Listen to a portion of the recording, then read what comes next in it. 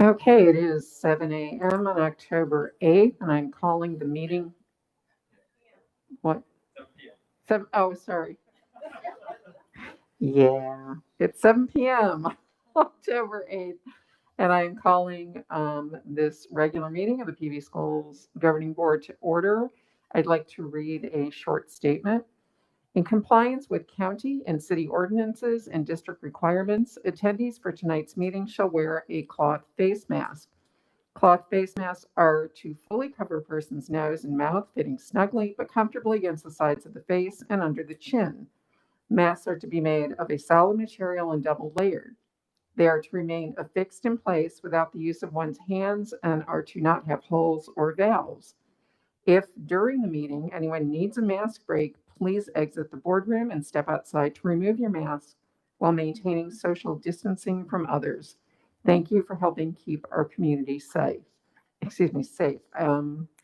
Also, if anyone here has filled out a yellow card to speak, we need them up here. So I don't know if they're all over there or whatever, so we know where on the agenda people would like to speak. And with that, Mr. Cottle, will you please lead us in the Pledge of Allegiance?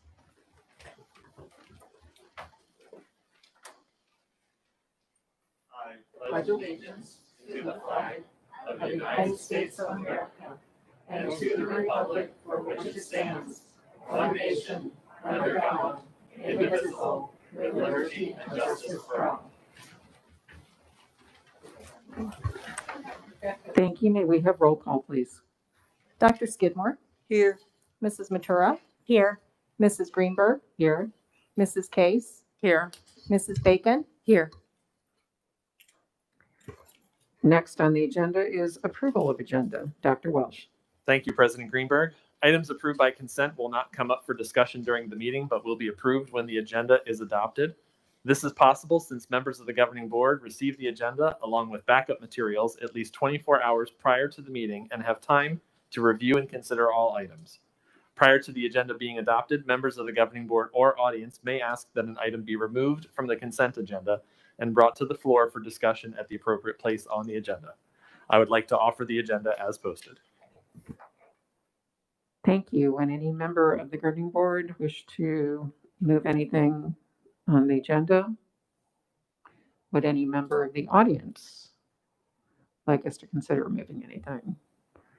Seeing none, Mrs. Case, may I have a motion? So moved. All in favor, please say aye. Aye. Any opposed? Motion passes unanimously. Next on the agenda is governing board statements. Mrs. Matura. Thank you. Most of you are aware that I am a parent in the district. I live within the Grayhawk boundaries and I have a student at Grayhawk Elementary School. However, I am very aware and humbled that I have been elected to the governing board to represent the entire Paradise Valley Unified School District. In fact, during my first 6 months on the board, I visited every school in the district and met with each department director so I could gain insight and become familiar with our entire district. Tonight, there is an item on the agenda that could affect Grayhawk Elementary School. Although this is my home school, we have confirmed that this does not constitute a conflict of interest. I did want to make this information public so there's no perception that I was hiding this fact. I take my elected responsibilities seriously, and when I make decisions, I rely on information presented, input from my colleagues, district recommendations, and prior information presented to the board.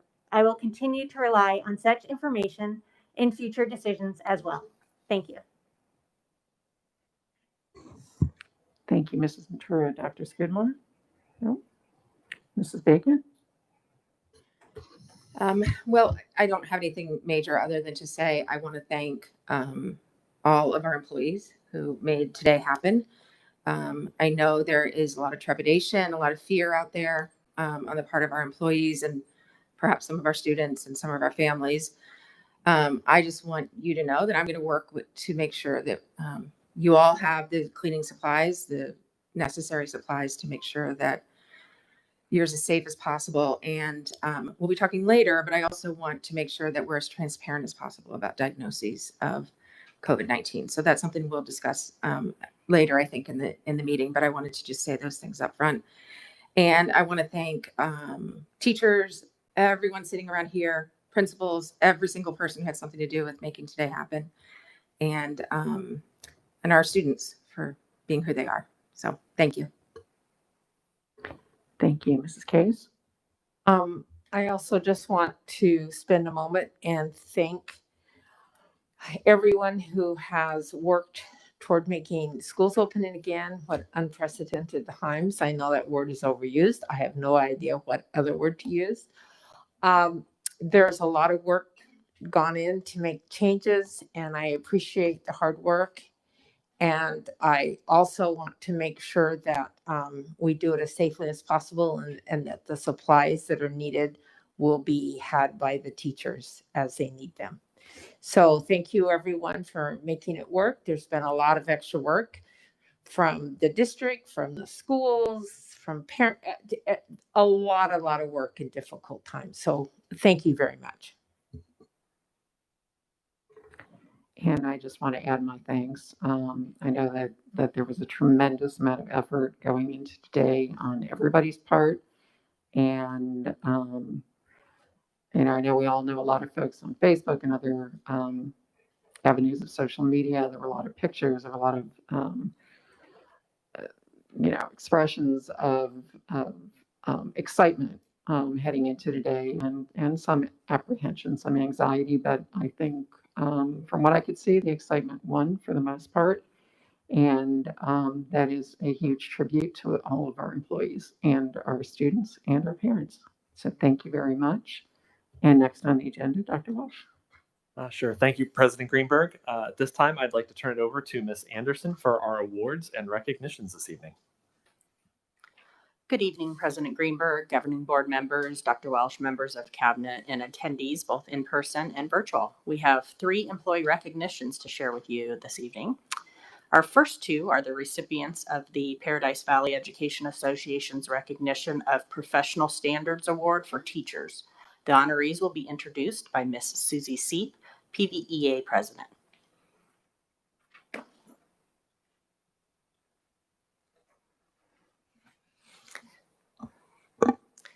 Good evening, President Greenberg, Dr. Welsh, Governing Board, and Cabinet. I'm pleased to be presenting October's Props Award to 2 teachers at Mountain Trail Middle School. They were nominated by colleague Ted Teodoro. Janine Ryan Franson has taught over 20 years, 7 in Paradise, at Desert Trail, Sunset Canyon, Palomino, Fireside, and now Mountain Trail.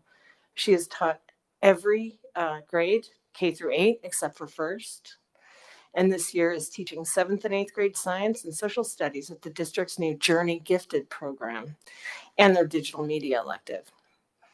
A fun fact about Janine is that she attended PV schools for every year of K-12 education, graduated from Shadow Mountain, and her parents are both retired teachers from the district. One is here tonight. Tammy Newell has been teaching for 15 years, all in Paradise Valley. She is new to Mountain Trail Middle this year, coming in from 15 years at Sunrise. She is their new instructional coach, an English teacher, and the new department leader. She's also the site's testing coordinator. In Ted's nomination, he said, "My son was born with a congenital heart defect and needed to have surgery at the beginning of August. I knew that teaching remotely from his hospital room would be logistically and emotionally difficult, so I took the first month of school off. Janine and Tammy came to my rescue. In addition to all of the normal responsibilities as a teacher, Janine created lesson plans and worked with my long-term sub to ensure that my students had everything they needed to start the year. Tammy always made sure my classes were covered while I was on leave. I cannot put into words how grateful I am for everything that Janine and Tammy have done for me this year. They came to my aid without flinching. Their actions allowed me to focus on my family and their well-being. Janine and Tammy are truly 2 of the most selfless people I've ever met. Please recognize them for being the heroes that they are. I am so proud to have these outstanding educators as my colleagues in Paradise Valley. Please join me in celebrating their efforts to make the world a better place, one day at a time. Props stands for the professionals recognizing other professionals' success. So I also thank Ted Theodora for shining the light on these amazing teachers. They're both here this evening, as is their new principal.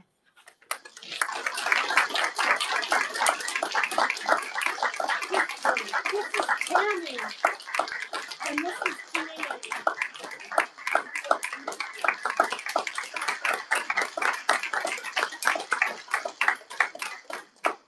Congratulations to both of you ladies. Obviously, a very well-deserved recognition. Our next award is the Paradise Valley Education Support Professional of the Month. PVSEA President, Mr. Sean Webster, will make the presentation.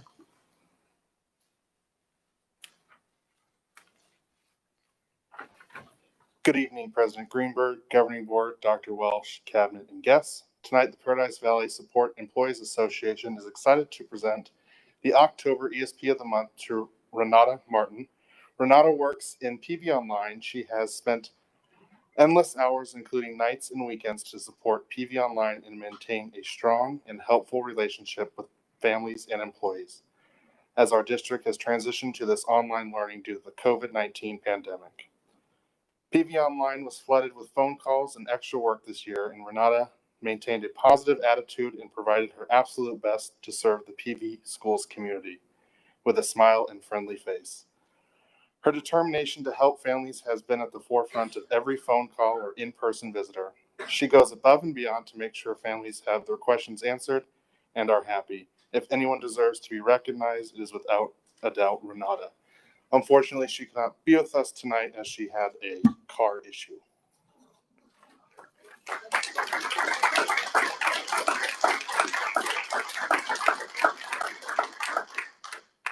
Congratulations again to all our recipients, and that concludes our awards and recognitions this evening. Thank you very much. Next on the agenda is call to the public. I just want to check. Most folks switched over to the agenda item, but I have one here from Aaron Reese. So do you want to speak now or? Okay. Then we have no call to the public, and I will turn it over to Dr. Welsh for superintendent's comments. Thank you, President Greenberg. Well, obviously, I have some comments I'll share later this evening with an update on our reopening. Of course, it was great to be out and see our kids back in schools and see their smiling faces and the smiling faces of all of our teachers. I do have some other things I want to make sure to highlight as well this evening. First of all, I'd like to recognize Phil Howardell, who received the Paradise Valley Community College's A Moment of Science Award for Partnership with Community, VIP. I'd also like to recognize Preston Thomas, who is a culinary arts teacher at Pinnacle High School. He was elected to serve on the board of directors as the Region 2 representative for Arizona Family, Career, and Community Leaders of America, FCCLA, as it's often referred to, for the 2021 school year. And the primary function of that board of directors are to set policies related to program, personnel, fiscal matters, and to be responsible for sound management. I'd also like you to recognize that October is National Principals Month. We have a few of our principals here in the room with us, and want to honor our principals for their significant impact on the success and well-being of our nation's students. And of course, at PV Schools, we are celebrating the contributions and leadership of all of our principals. And just want to thank all of you, both those who are here and those who may be watching, for all of your leadership during this pandemic and with getting our schools ready and opened today. I'd also like to thank the City of Phoenix that provided our district with 23 pallets worth of PPE donations, which included things like hand sanitizer, masks, and gowns, and those have been distributed to our schools. And as I indicated earlier, I'll provide an update with some further details on reopening later on tonight's agenda. So that concludes my comments for this evening. Thank you very much, Dr. Welsh. First item for approval is consideration and, if deemed advisable, adoption of resolution number 488, authorizing issuance and sales of bonds. I will turn it over to Mrs. Felton.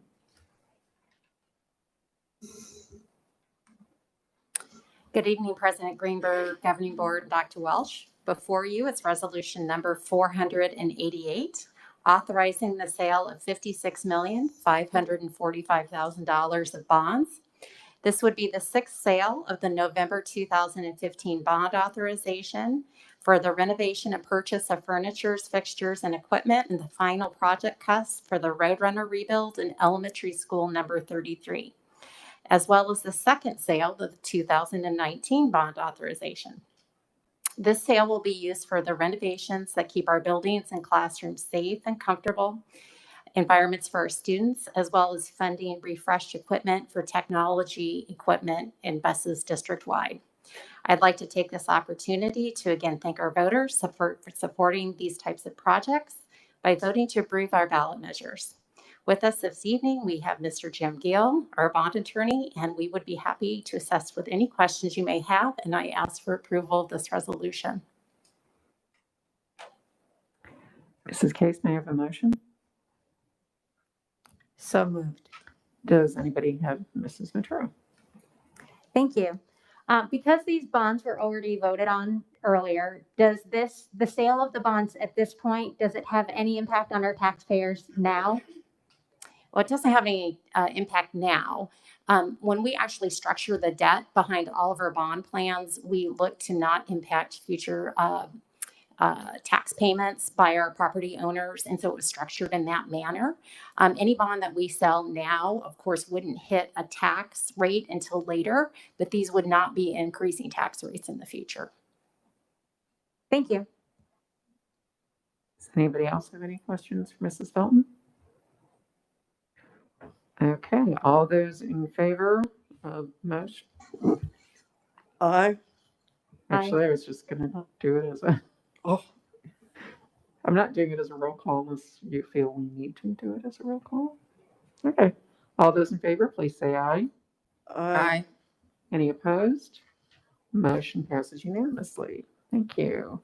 We're going to take a quick break. Mr. Webster, do you want to come up and introduce our recipient? Not a real break, but break in the agenda. Just as we finished, Miss Renata Martin walked in, so give me a second. Just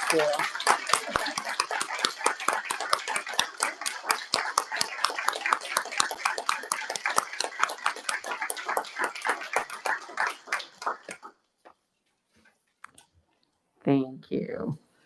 Next on the agenda is consideration approval of delegates to the ASBA County Meeting and Annual Business Meeting. ASBA is now asking us to approve for each meeting separately. Anybody care to make a motion?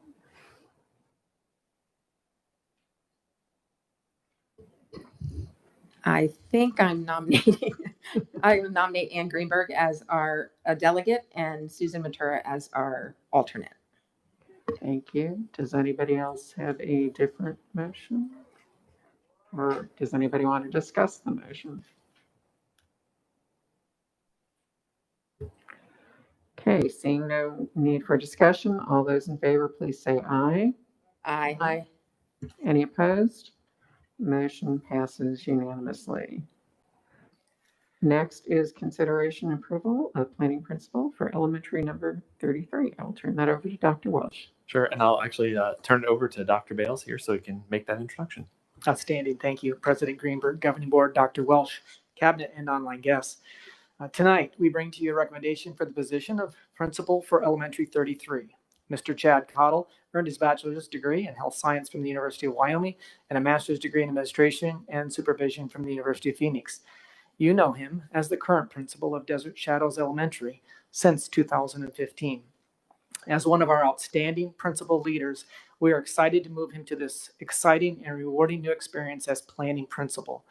If approved tonight, he would begin working immediately to select a certified and support staff cadre, as well as begin work with the community to plan for a successful opening of ES 33 next fall. With that, we recommend Mr. Chad Cottle as principal for elementary number 33. Thank you, Dr. Bales. May I have a motion, Mrs. Case? So moved. Is there any discussion? All those in favor, please say aye. Aye. Any opposed? Motion passes unanimously. Congratulations.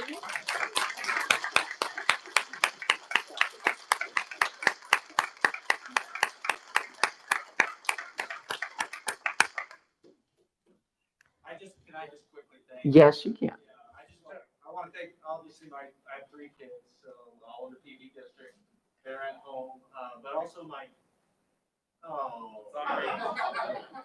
We're recording. I'm not on the record. Oh, my friends at home. Okay. Well, first of all, I'm honored, so thank you for this opportunity. But I just want to thank my 3 children I have at home, and they're all in the PV school district. But also want to thank my Desert Shadows community.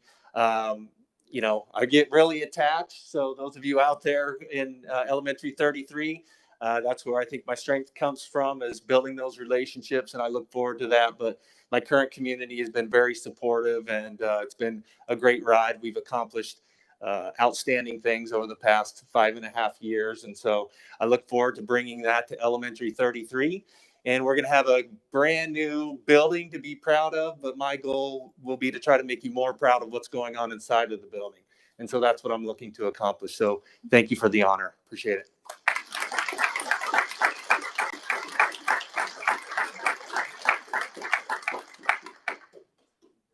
Thank you very much, Mr. Cottle, and that is an excellent transition to the next agenda item. And I will turn it over to Mrs. Felton. Good evening, President Greenberg, Governing Board, Dr. Welsh, Cabinet, and the PV Schools community. It's a pleasure for me to present the middle school boundary recommendations.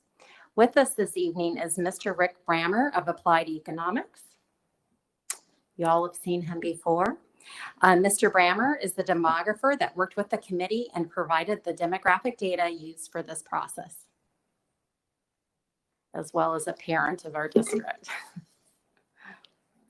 For those who are familiar with the collaborative process used by the district for this boundary setting, it won't be surprising. Additionally, this process does meet the requirements of the state and the governing board policy. It begins by the superintendent calling for a committee and setting a purpose for the committee.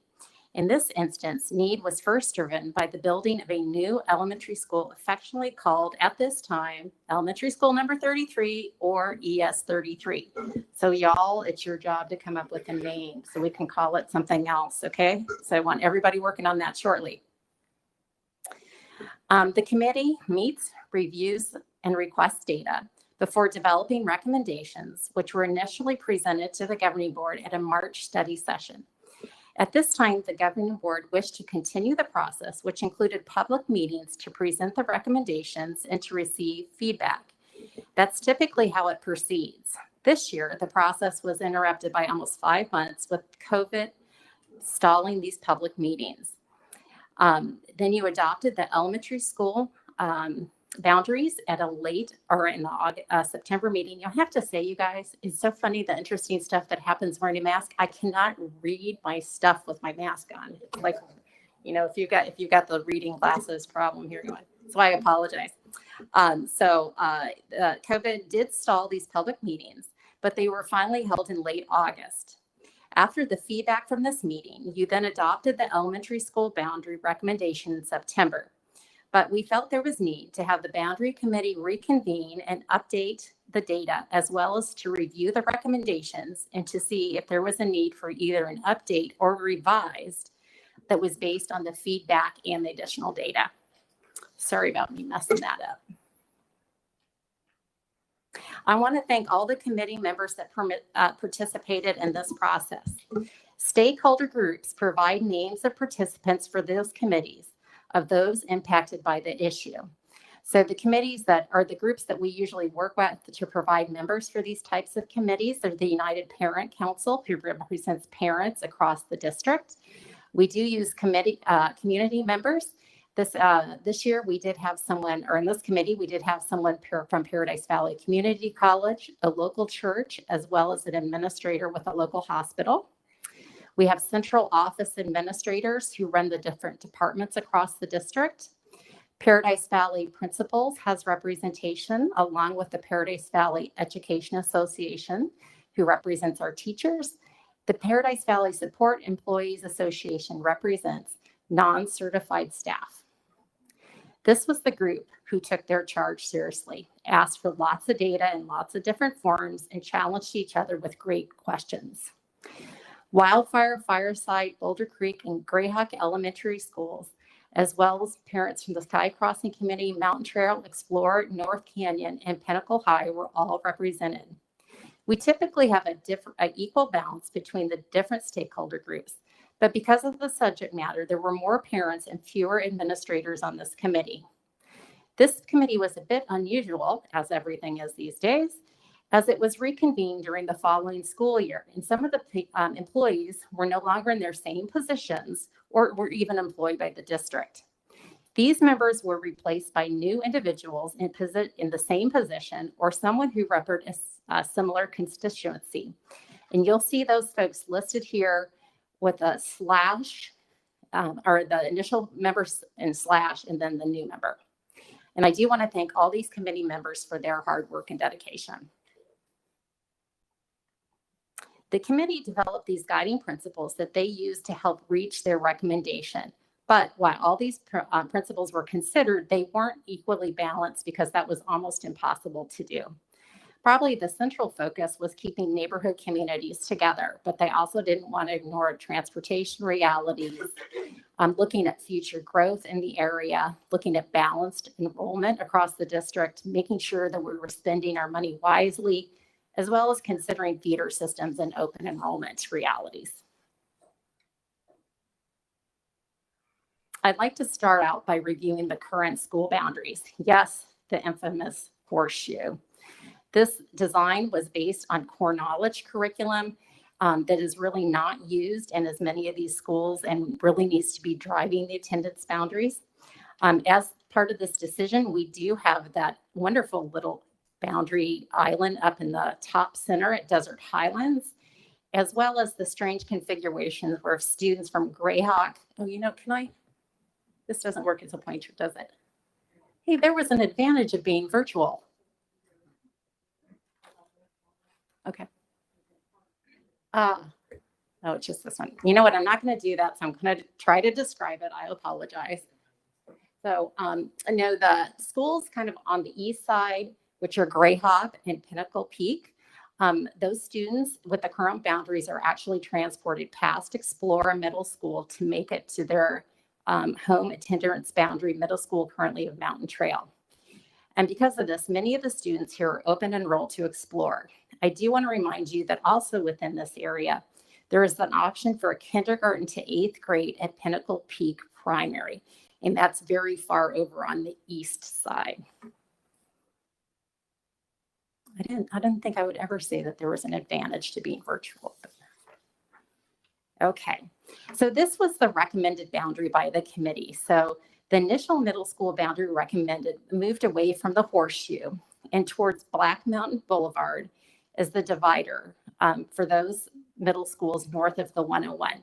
Just as a reminder, the current boundary with the horseshoe runs up 32nd Street and bisects the Sky Crossing community in half, even some individual homes in half. So after reviewing the data that we will review in just a moment, the committee decided to keep the initial recommendation unchanged. So this map represents the final recommendation of the committee. For those of you who like words a little bit better than maps, this is kind of a write-up about some of those things. So it would shift Pinnacle Peak and Grayhawk Elementaries to feed into Explore rather than the current Mountain Trail. In the Sky Crossing community that's split along 32nd Street between Mountain Trail and Explore boundaries, keeps the community together and would be moving and shifting over to Mountain Trail. The advantages the committee felt of this was that Black Mountain Boulevard really was a natural divider that will only be getting larger in the community over coming years. It keeps the individual communities together while minimizing transportation across the district. This is the updated student enrollment data for the 2020-21 school year, and it does include updated projections. The current year, 2020-21 enrollment is from this year's 20th day actual enrollment. Our demographic projections are typically on 40th day, but we were needing the data sooner for our purposes of setting these boundaries. While there are typically fluctuations early on in the school year, this year it was more dramatic in its decline in what I would like to call the COVID missing students. So those are students who we do anticipate would be returning to our schools, but who have elected other educational models to start out this school year. We know some have elected to participate in PV online, but the whereabouts of others are just unknown. The projection presented anticipates that 75% of these students will return to their prior school in future years. Who knows, maybe even on Monday, we'll see. These numbers are based on the recommended boundary changes we just showed you, as well as taking into account open enrollment. So they do count for open enrollment, not just where students live. As you can see, the lower numbers, particularly for Explorers starting off this school year. As a reminder, the projected numbers do assume 75% of the students will return. In 5-year increments, what we're looking at, so let's actually kind of look at it line by line. I hate to read to you, but I think these data are important. So this year we're looking at Explore about 795, and then it looks at 5-year increments for display purposes. So in the 25 to 26 school year, it gets up to about 877, within 10 years, about 900 students. Mountain Trail has about 576 students this year, is projected with the revised boundaries to be 506 in 5 years and up to 615 in 10 years. Remember, there is that community Stone Mountain that's being built kind of northwest side of that attendance boundary. Pinnacle Peak, and this does just include the 7th and 8th grade at Pinnacle Peak, has 94 students this year, projected to grow to about 103 in 5 years and back down to 97 in 10 years. So it's really pretty stable at that community. That's a very mature neighborhood. And while there is some growth in that neighborhood, it tends to be homes on larger lots. So we tend not to get as many students just due to lack of density. One question the committee really struggled with, and that did impact the decision to not change their original recommendation, was the realizations that families' behaviors in selecting a 7th and 8th grade program for their students may change along with any boundary change recommendation. As transportation is offered to Explore, more families may choose that school. The Pinnacle Peak Preparatory 7th and 8th grade program really needs about 75 students to remain educationally and financially viable. So the community felt it was very possible that the continuation of that program might be in jeopardy. And just so you know, about a third of the students that we saw on the prior slide who attend Pinnacle Peak Preparatory actually come from outside of the Grayhawk and Pinnacle Peak communities. They're open enrolled into 7th and 8th grade. So you can't actually take numbers and add them together if some of you are trying to do that. So just wanted to say that up front. So the committee really did look at the impact of including these Grayhawk and Pinnacle Peak primary students. We really felt like we couldn't make a recommendation as to where the other third of the students who were open enrolled would attend. So we didn't just automatically include them and Explore middle school students. And when we do make that change, you can see our actual numbers stay the same, but we have removed Pinnacle Peak off of this chart. But when we look at the projections, and the only numbers that change would be for Explore, because Mountain Trail wouldn't be impacted in this, would be in 5 years, we would be looking at about 942 students at Explore. In 10 years, about 965 students.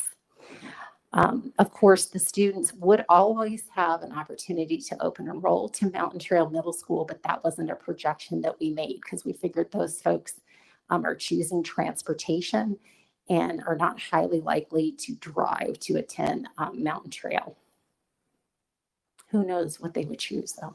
They probably don't even know what they will choose.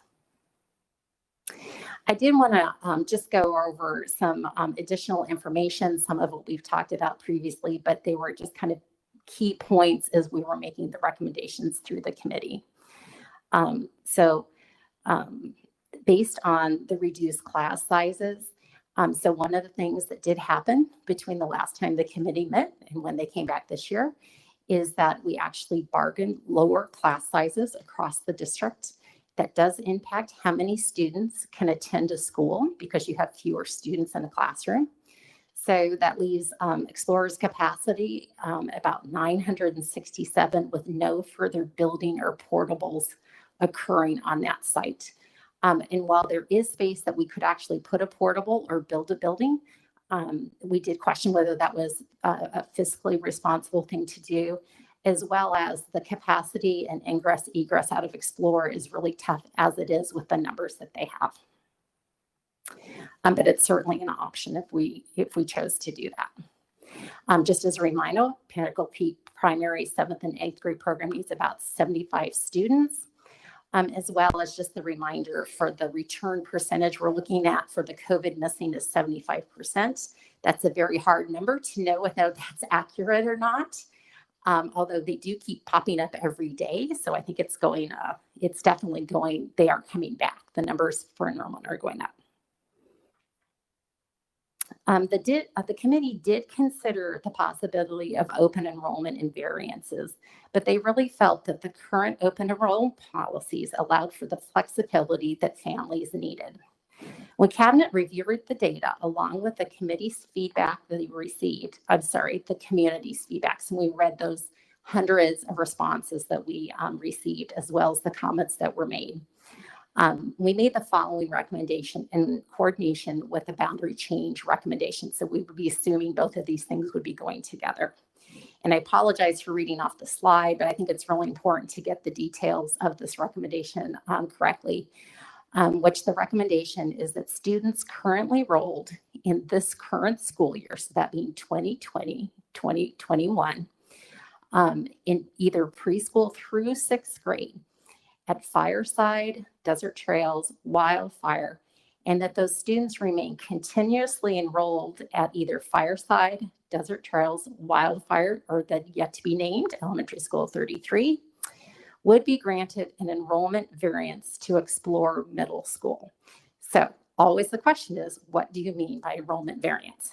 So we came up with families seeking an open enrollment variance would apply through the regular open enrollment process, and upon determination of meeting the above criteria, would be guaranteed placement at Explore Middle School. A traditional open enrollment application could be submitted and considered for siblings who were not yet of school age as of the 2020-2021 school year, and that would be subject to availability of space. Oh, I skipped the transportation. How could I do that? That's horrible. Don't tell them I forgot the transportation. I love my transportation people. So transportation for open enrollment variances would not be provided for people who were utilizing this variance. Did I forget anything else? Oh, very good. Thank you. So good. There's someone else in this world. We wanted to take a look at the enrollment numbers to see the impact of this variance. This projection impacts both Explorer Middle School and Mountain Trail Middle School enrollment projections, with Explorers moving up and Mountain Trails moving down. The numbers do run over the Explorer Middle School maximum capacity we just discussed. So these projections, if they do play out, and that's a large assumption because people will have choices and will be moving in and out of the district in between, we would have to start looking at non-variance-based open enrollment seats available. So let's talk about what the numbers look like. So the current school year obviously look the same for both of the schools, but when we start putting in the students who have a variance into Explorer and out of Mountain Trail, that moves Explorer up to 992 and Mountain Trail down to 456. A 10-year projection look out would be, and so these would be like the last of your little preschoolers who are there. And so we had to make some assumptions on that. And really you're starting to look 10 years out. We're not sure how many particularly when a student isn't in kindergarten, you're making some assumptions when you get there. So their projected enrollment, worst case for Explorer would be 1,015 and Mountain Trail at 565. I'd like to thank you for your time. And Mr. Brandon and I would be happy to answer any questions you may have. I feel like I'll be answering most of them, so don't worry. Thank you very much. Thank you very much, Mrs. Felton. I think at this time probably makes sense. Let's hear from the folks who came to speak or gave us yellow cards first, and then we can open it up unless anybody has a burning question. Seeing none. Okay. I actually just put these in alphabetical order, and hopefully I will get everybody's name right. So first I have Brandon Beaumont. And as you're coming to the mic, I just want to remind you that 3 minutes and then you're going to get buzzed.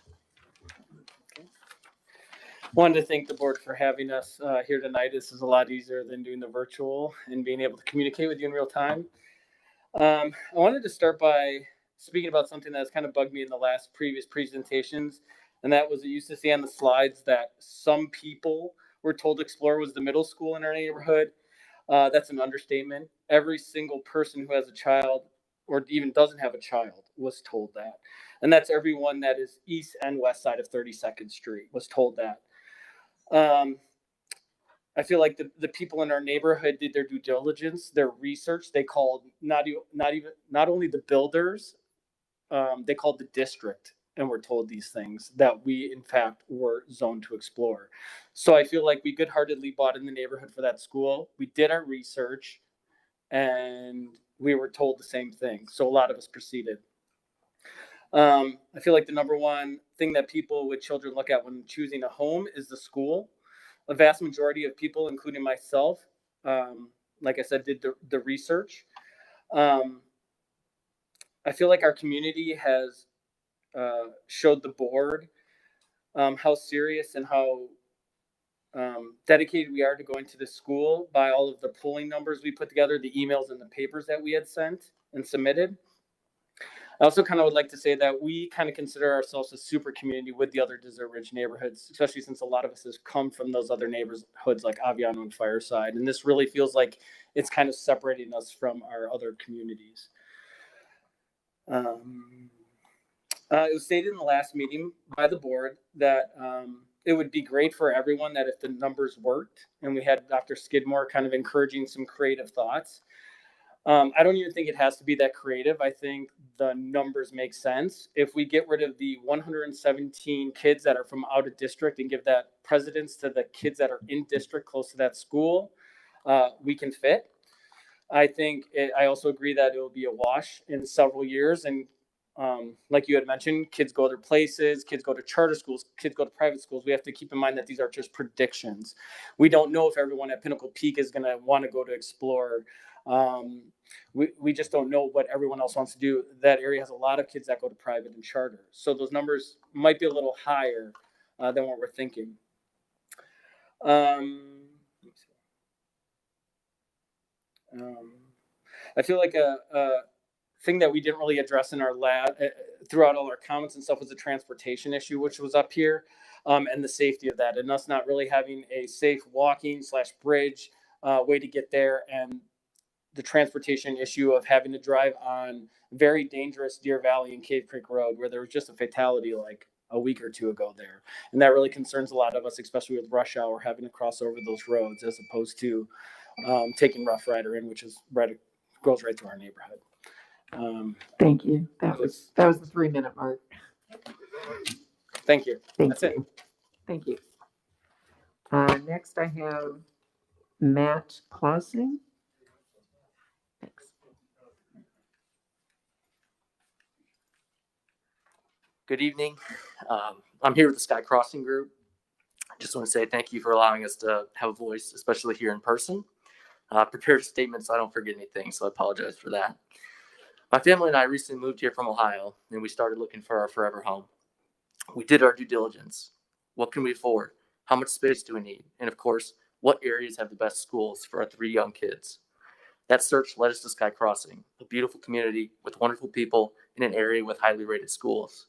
We've signed a contract and are scheduled to move in early next year. Imagine being in my position, our position. We're excited beyond belief. New place, new home, new job, new schools for our kids. Just when all of it's starting to get real, we get the rug pulled out from underneath us. With every passing day, my frustration grows as we learn more and more about how this decision will affect our kids and our homes. My wonderful new neighbors here will detail out all the reasons why they're extremely frustrated with this decision and process, so I'll let them go into a lot of that detail. There's only one point that I just wanted to make. One of your goals was not to disrupt community. Well, over the last few months, I've seen what a true community looks like and feels like. This Sky Crossing group has come together in an effort to have our voices heard in unison. So thank you to those that pushed and led this drive for change. These actions by this group has only reinforced the decision on why I wanted to build a home in Sky Crossing. In closing, there is a decision that needs to be made, and the right decision is no mountain trails for Sky Crossing. Don't divide the community. Make the right decision. Thank you. Thank you very much. Next, we have a card from Sharina Couch.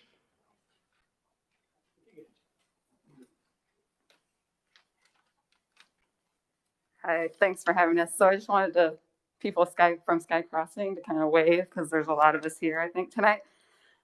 So yeah, obviously we've been going over this and definitely disappointed in hearing the news. I have kids at Wildfire, but yeah, we just, like people have said before, part of the larger Desert Ridge community, and rezoning us to mountain trails divides us from that, the rest of the Desert Ridge community.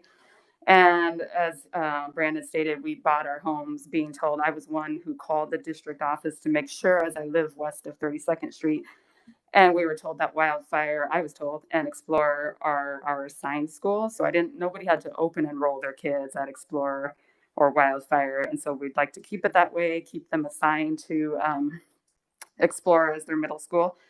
And I've heard lots of different things about, there might be a new middle school east of 56th Street. I don't know how true that is, but I seem to hear that a lot. So if that's the case, I wonder if just maybe keep the boundaries as they are right now.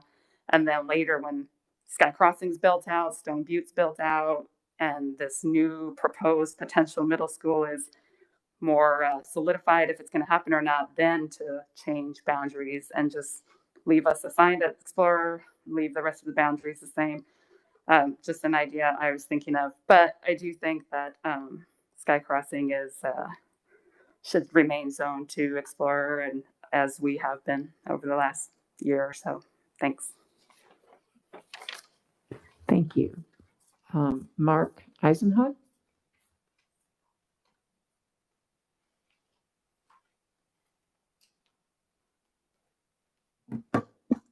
Thank you for having the opportunity to address everybody tonight. I'm the president of the PTO at Greyhawk Elementary. I basically wrote a statement here for you. The PTO of Greyhawk Elementary wanted to formally address the governing board, as it is imperative our voice is heard. We know that the district boundary committee and the board have been very deliberate and thoughtful over the last many months redrawing the proposed boundaries. We heard some of those tonight. We also know there's a lot of emotion regarding this topic. And I wanted to assure, as we weighed in, we're doing so from a standpoint where emotions are taken out of the equation. My goal is to simply discuss the most salient factors around the overall situation. Some of these were discussed earlier tonight by the guiding principles that really are the driving factors behind the boundary change. So those guiding principles, just to repeat a few of them: consideration for keeping a neighborhood together. It sure sounds like there's some neighborhoods that are really sticking together regarding this issue. Consideration behind transportation, open enrollment variance issues, and concerns. Big factors: distance from school and length of time children or students would be commuting as part of that. Also, the safest routes to school, walking versus busing, parent transportation, forward thinking, allowing for future growth and effort to minimize future changes for families, balance school enrollment, economically viable, fiscally responsible, the consideration of the feeder system, and lastly, the consideration for open enrollment. These principles that were outlined by the committee are very thoughtful and practical. Greyhawk families can empathize with the governing board in your decision tonight. The Sky Crossing families are frustrated. That shouldn't mean that the intentional work and studies that have been done so far should be cast aside. Let me stress, the guiding principles were methodical and thoughtful on the basis of evaluation. Making the proposed changes addresses the guiding principles, both for Greyhawk and Sky Crossing families in several ways. Just to reiterate a few, consideration for keeping the neighborhood together. The Greyhawk neighborhoods would be able to stay together. The Sky Crossing neighborhoods would be able to stay together with the boundary changes. Consideration behind transportation, open enrollment variants and issues and concerns. The proposal ensures that there's the least minimized time spent in traveling. Safest routes from schools. Both Greyhawk and Sky Crossing students would have bus and or parents to be able to get them to and from school. And then lastly, or in closing, I'd like to say, Greyhawk PTO does support the current proposal. It cannot be stressed enough. It makes good sense. It's sound based on many thoroughly researched qualifying factors. You should not acquiesce based on false promises made by developers, which they knew they couldn't keep. Boundaries are never absolute and remain subject to change. In closing, we fully support your proposal as it's written today. Thank you. Thank you. The next card is Jen Eisenstark.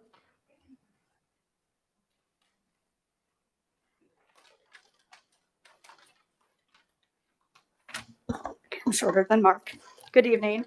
My name is Jen Eisenstark. I'm a UPC rep for the Greyhawk School and a certified sub in the district. I am also a parent of 3. I have a high schooler, a Pinnacle, an 8th grader at Explorer, and a 3rd grader at Greyhawk. I just wanted to share some reasons and information of why I support the recommendations of the boundary change. My sister also lives in Greyhawk and has since 2002.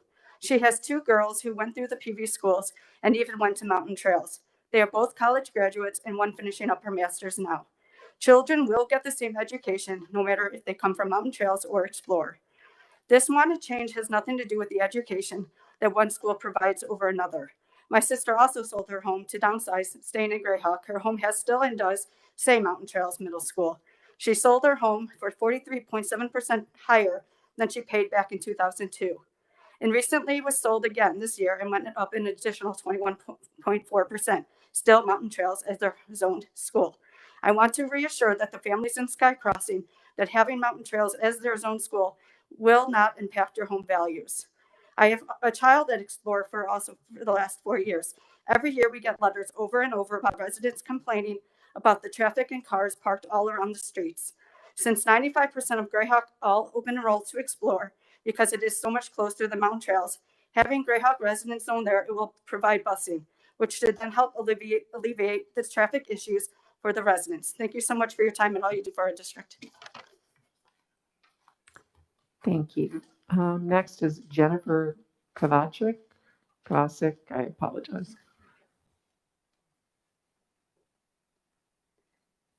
Hi, good evening, Governing Board. Thank you for having us and listening to our concerns tonight. I am speaking on behalf of Jade Murray. She's a former first grade teacher at Whispering Wind Academy. And I'm also a resident at Sky Crossing. I'm a pediatrician here locally in the Valley.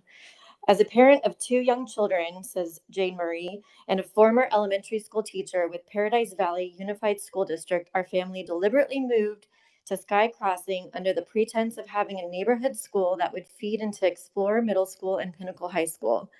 I believe in public education and moved from the Scottsdale Unified School District because I value the quality of schools like Fireside, Wildfire, Explorer, and Pinnacle.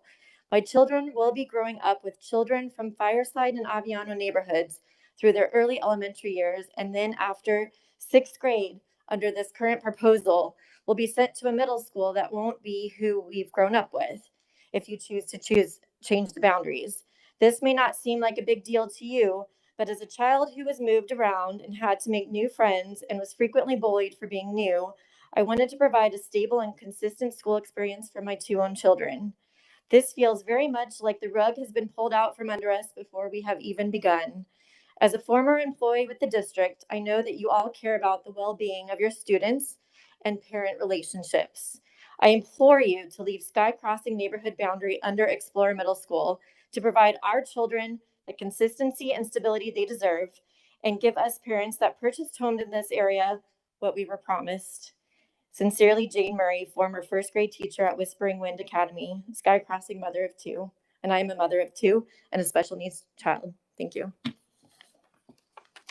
Thank you. Jennifer Lopez.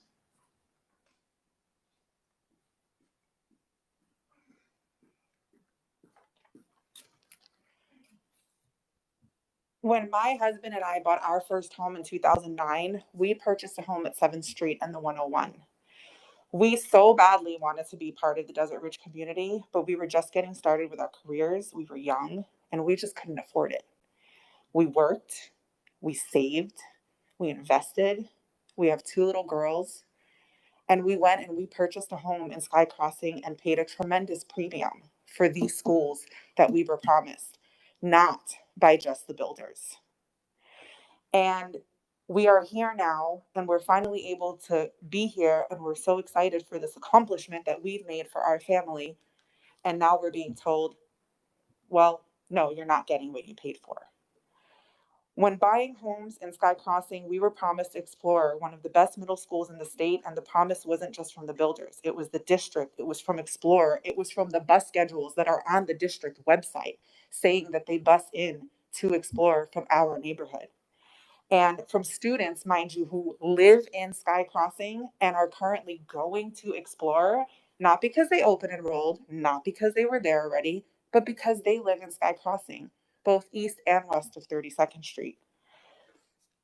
Now, you want to rezone us to Mountain Trail, which is at this time an underperforming school. It has significantly fewer electives, activities, and educational opportunities compared to Explorer.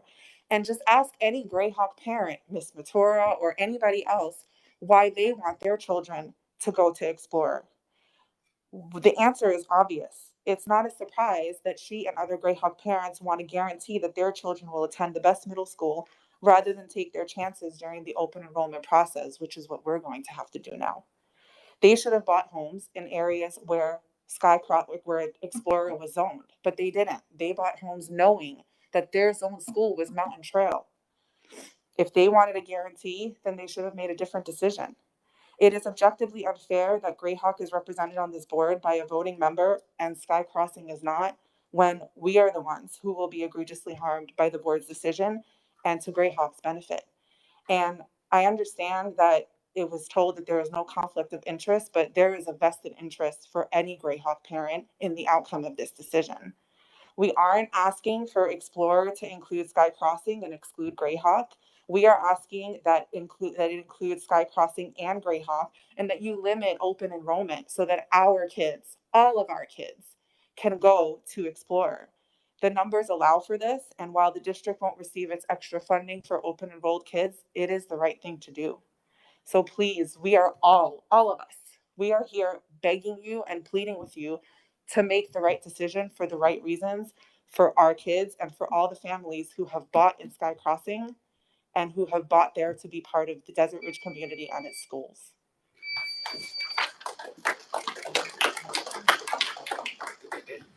Thank you. Carissa Ma. Hi, good evening. Before my time starts, I just want to say thank you. My daughter came floating off the bus today. Thank you for everything that you did to get our kids back to school. It was amazing, and thank you. Anyway, on to other things. The recommendation, thank you for letting me speak tonight as well. The recommendation from the Boundaries Committee that was served up to the board this evening has a major bullet point of not wanting to disrupt and segregate our community. With the current recommendation of the enrollment variance for 1 year, this will in fact divide us again, which is one of the major bullet points for the reason why the horseshoe was changed. But here we are doing it again. My recommendation is to allow the enrollment variance for over 1 year, maybe 2, 3, or 4 years. Sky Crossing will be finished and built out in the next 2 years. So I'm asking for at least that so we don't divide the community. And the last houses that are being built right now, if you have driven the community, are the ones on the far east side of the community that are the closest to Explore and the furthest from the west side. So my heart goes out for those people when they, in fact, go to buy their homes.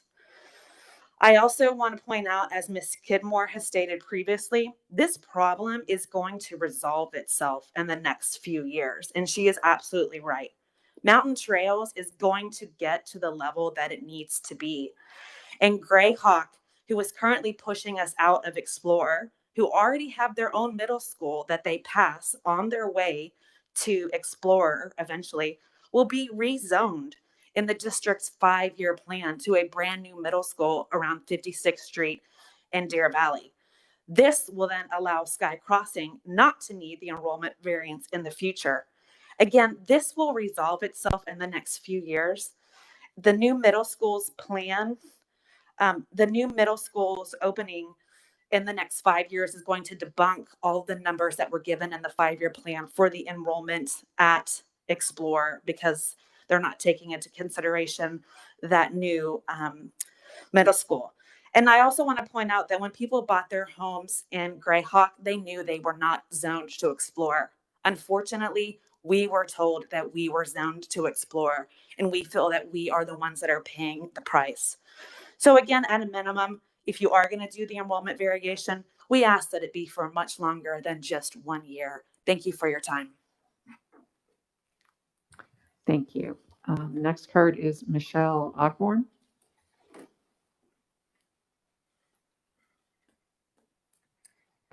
Hello, good evening. I'm an attorney and mother of 2 from Sky Crossing. My husband is an actuary. He deals with data every day. One of the requests we made of this board was a FOIA request for the data so he could do an analysis, because he greatly disagrees with the analysis by your demographer. However, you refused to produce it until tomorrow, the day after your vote. So I just want to put that on the record that we asked for the data so we could do our own calculations, and it was denied. The proposal made by the Boundary Committee lacks any creativity in terms of satisfying the objectives of the committee, while also taking into account the expressed wishes of Sky Crossing residents. There is no objective rationale for not subdividing the ES 33 boundary area, such that the portion south of East Pinnacle Peak Road is included in the Explorer Middle School boundary, while the portion north of Pinnacle Peak Road continues to be included in the Mountain Trails Middle School boundary. The ES 33 zone in its entirety is estimated to have 150 to 200 kids at most in grades K through 6, which is 7 total grades, or 20 to 30 children per grade level. These estimates were developed based on existing and projected development in Sky Crossing, a small community southwest of Easter Valley Drive, and 32nd Street in Desert Peak. Since the development plan for the segment of the ES 33 zone south of East Pinnacle Peak Road is known and is captured by the data, reliable estimates of the number of students could have been obtained. Although the demographer has not specifically provided this number, it is reasonable to assume that this would be between 30 and 45 children total in grades 7 and 8, well within the range of the maximum at Explorer. Based on the number of projected out-of-district children expected to enroll Explorer, 117, according to the demographer, there will be sufficient capacity to Explorer for both Sky Crossing and Grayhawk to both go to Explorer. So we request that you use the Pinnacle Peak Road as the natural boundary within the ES 33 school zone to zone those kids to Explorer. Further, there is no disruption to the middle school boundaries for East Peak families under this proposal, as they are currently and will continue to be the Mountain Trails. I just want to say, I lived in Fireside for 10 years. I called the school. I did my due diligence. I sold my home in Fireside on the promise that my son, who is a preschooler, would continue with his peers on to Explorer in Pinnacle High School. Your proposal will now separate him from the other friends that he is currently doing play dates with. He goes to gymnastics, he goes to music. You are separating him from his friends under your current proposal. Had the district been transparent about this plan, I would never have sold my home in Fireside, as would none of these people here have purchased in Sky Crossing. So we implore you to do the fair and just thing and zone Sky Crossing and Grayhawk to Explore, minimize, reduce the number of out-of-district students to prioritize the students within the district. That accomplishes the goals. It keeps us as part of the larger Desert Ridge community, which is why we bought in this community to begin with. Thank you. Thank you. The next card I have is Erin Reese.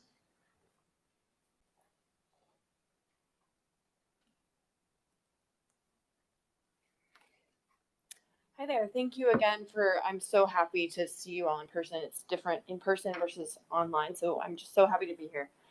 I know how much work it took to get here. I am a Sky Crossing resident, directly backing the Sky Crossing school. We have twin toddlers who just started at a private preschool, going 2 days a week, and it is absolutely amazing seeing their joy after only 3 weeks of education. I am truly excited to watch them grow up valuing education as much as his dad, and myself do. It's really hard to breathe. How do you guys do this? We are already a very involved family, as I have already volunteered for Room On and foresee myself volunteering for years to come. I will start off by saying that I previously worked for a home builder for years as a digital marketing manager, focusing on our website and pay-per-click advertising. With this background and with that said, I know how important these marketing materials are in getting and acquiring new customers. Having that background, I trusted what I read on the Taylor Morrison website and the Sky Crossing website. Additionally, we did our research, we followed up with different, with the school board, etc. And it wasn't just the builders that told us we were zoned for Explorer, as many have said. Additionally, our starter home was in Desert Peak. And when Sky Crossing started building, I was pregnant with twins, working full-time for a home builder, and decided I wanted to get my real estate license to be able to buy a home in Sky Crossing, build our dream home, and also get the commission from the builder, but also sell our existing home in Desert Peak. Interestingly enough, I'm here today fighting against Mountain Trails Middle School, as that's where our previous home, our starter home, would have taken us. So we purposely moved away from there to get to a better school district, and now we're in the same position we were in. The next item I want to mention is that the decision for us to choose K through 6 versus K through 8 happened prior to us knowing that if we did not choose a K through 8, that we would be zoned for Mountain Trails Middle School. I do not ethically think that was correct. I think that there should have been full transparency, and if we would have filled out the survey and said that we wanted K through, if we would have filled out the survey and said that we wanted K through 8, that we would, if we filled out the survey and said we wanted K through 6, we would be zoned for Mountain Trails. Sorry. Finally, I feel we're being unfairly punished for being hands-on parents. You all are seeing the great way that Sky Crossing residents have come together for this. We did the research of K through 6 versus K through 8, and we were now unknowingly pigeonholing ourselves to go to Mountain Trails Middle School. The board is hoping that we, being this hands-on group, will positively impact the Mountain Trails Middle School and hopefully bring up their ratings. I will speak for my family and my family only in saying that if we are zoned for Mountain Trails Middle School, then we will be choosing a private or charter school. Thank you for your time. Thank you. The next card is from Tara Sosa.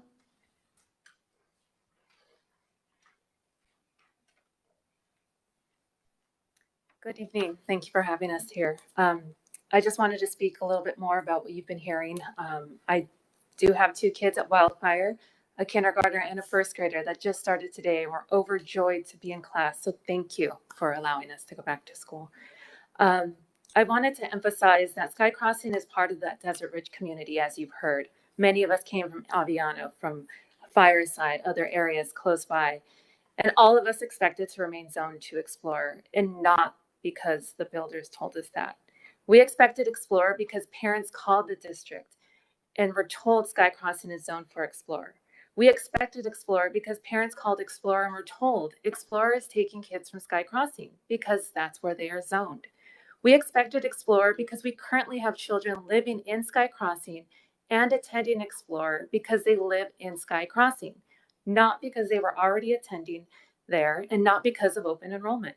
One of my neighbors, Christy Hammonds Winterwood, is just one parent west of 32nd Street who currently has her children enrolled at Explorer because she lives in Sky Crossing.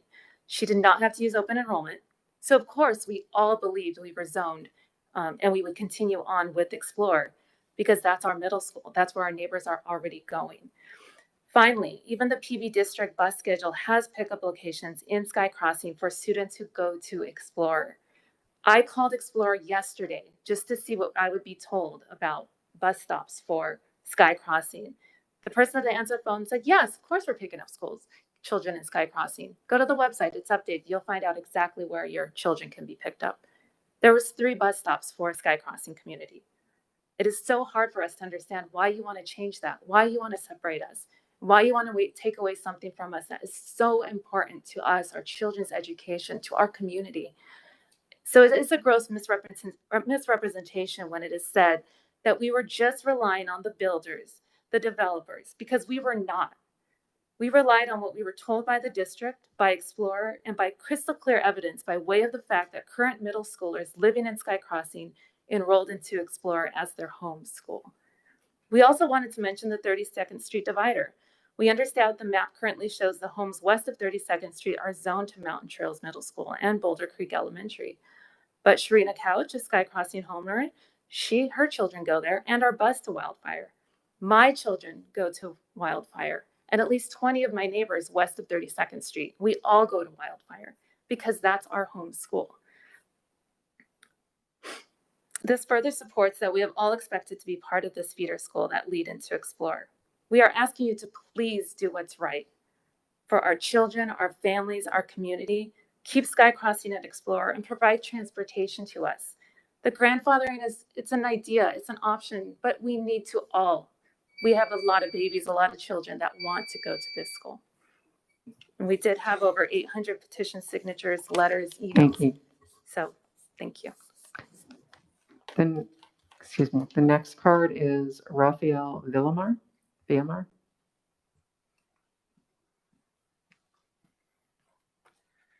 Good evening and thank you for having us. I am a parent also from Sky Crossing. I am a risk consultant and my job is to look at data, look at worst case scenarios, and look when data is flawed that is making us make bad decisions. Your demographics data has already been proven to be incorrect. Some of my neighbors have mentioned. The people providing you that data have actually mentioned the Shawview community is not even being considered in the projection. So I would say, in my professional opinion, we have bad data. But I'm not gonna go into the data necessarily because a lot of my neighbors have already provided some of that information, some of the misinformation provided by the builder. I don't have the time to show you that the misinformation I received came from the district. I don't have the time to show you the video of the scary situation that it is to walk down Deer Valley and cross Cave Creek. I wouldn't want my children doing that. It is such a much better experience trying to get to Explorer. I've done it personally. Our neighbors in Grayhawk said something that is interesting. Let's take the emotion out of it, right? Let's not think about Sky Crossing as part of this super community, but that's exactly what you're supposed to do. We are a community, and you are trying to divide us. The nucleus of a child's community is their parents, their friends, their schools. You are dividing us with an arbitrary division on Black Mountain Highway. It is incredible to think, if we don't want to divide our communities, why our Grayhawk neighbors are saying, let's go ahead and divide us now when it is convenient. Some of the ones that are at Mountain Trails now should stay there. The rest of us should go to Explorer because it is obviously more convenient. But we're a community that are saying, we don't want to kick anybody out. We are asking you to please maintain us together. The super community of Desert Ridge plus Grayhawk. At the end of the day, this is not about whether one school is better than the other. It is about our children's safety. It is about you representing us when we were misinformed by both the district and the builder. It's about you keeping us together as a community and not affecting our children. Because I'm not personally going to be affected. My daughter, my 2 boys, they will be affected by that fake sense of a border that we are creating. So with that, I will leave you with my professional opinion. We have flawed data today. We are making a decision without thinking clearly through what else can be done. Thank you, Dr. Skidmore, for saying we should think of something better than what we're doing. And next year, and in the following years, you will find an ever-growing community of Sky Crossing residents who are going to be angry and right back here with significantly more people asking you to change your mind again. Thank you. Thank you. The last card I have is Steve Wozniak.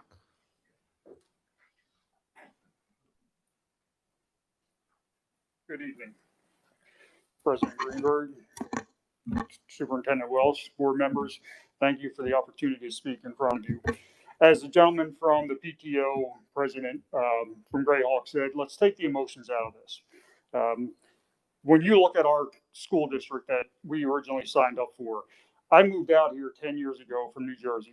I moved into Desert Ridge because I did my homework. I looked at the area, I looked at the schools. The school district was #1 in the area, right? Everything about financing a home is about location, location, location. You want to make sure you have the best schools for your kids. And I want to make sure I have the opportunity to send my child to somewhere good. My child did go to Explorer. He's now graduated from ASU. And I have another 9-year-old that's coming up through the school district. When you look at it and say, all right, take the emotion out of it, that's fair. We are District 4 Explorer Middle School. Greyhawk is District 4 Mountain Trails. So if you really want to look at it that way, you go, okay, you have that. That's your area. Go to Mountain Trails. So for us standing here today, going, all right, how do you take a school district that was already slated for Mountain Trails, put them in our district, and break us up and send us to another one? That doesn't make sense. That's just the bottom line. There's no emotions there. It just doesn't make sense. We bought our properties with the intent of going to these schools. We pay a premium for that. Our taxes are going to have a premium for that. So I also like to know where are our taxes going to go at that point? If I'm going to pay a premium for my taxes, my property taxes, they're not going to Mountain Trails unless you're going to take everything that I pay and put them over there. Mountain Trails housing is about $4,000 less than I'm going to pay in taxes. So help me understand how that's even feasible to take my property taxes and give them to someone else. So, and member Matera, I understand that you're from Greyhawk and you're saying there's no bias here, but I would ask that you need to be recused from any kind of vote on that because there is no bias, but you will have a preferential for your neighborhood, just like I would. There, so that's what I'm looking at. Thank you for your time. Thank you. And like I said, that is the last yellow card, so it is open for discussion with the board.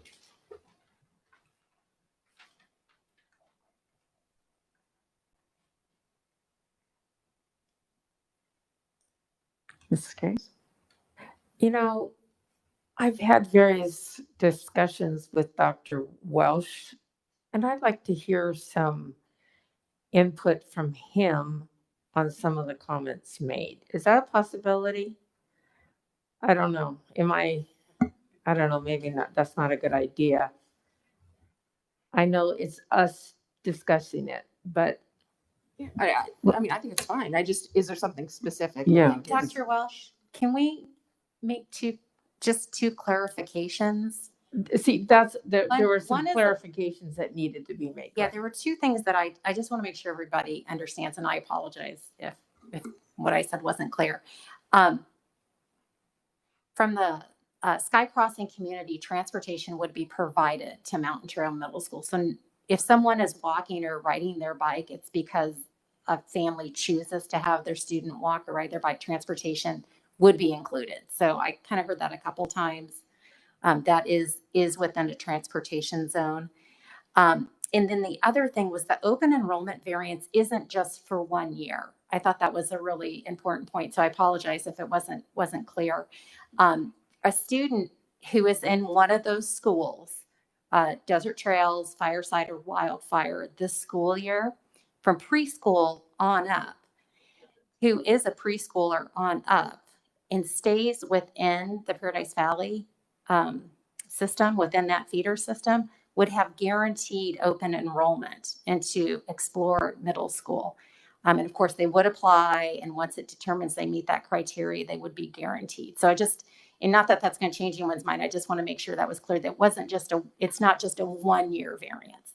I mean, if you're a sixth grader, it's a 1 year variance, but if you're a preschooler, I was just making a clarification. I'm not going to I'm not here to advocate for a point.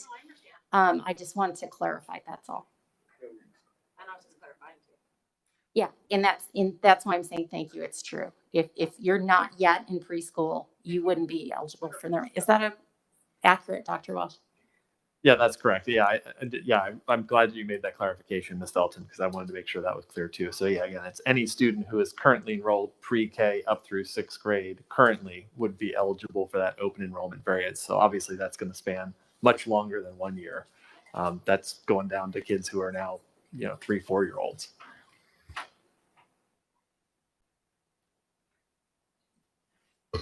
So I just had a couple of, do we have a new middle school plan? Can I answer that one also? So it's actually not within the 5-year plan. It's probably within the next 5 years. And it is contingent on the state land department selling property. And it is adjacent to, I think within the 5-year plan is in an additional elementary school on the east side of the district. And, these things are very hard to project in terms of sales of land. It would require the state land department to sell that property, and probably with our plan is actually within the next 5 years. So it's contingent upon something that we don't control. The Yes. sale of the land. Yes. Okay. Yeah.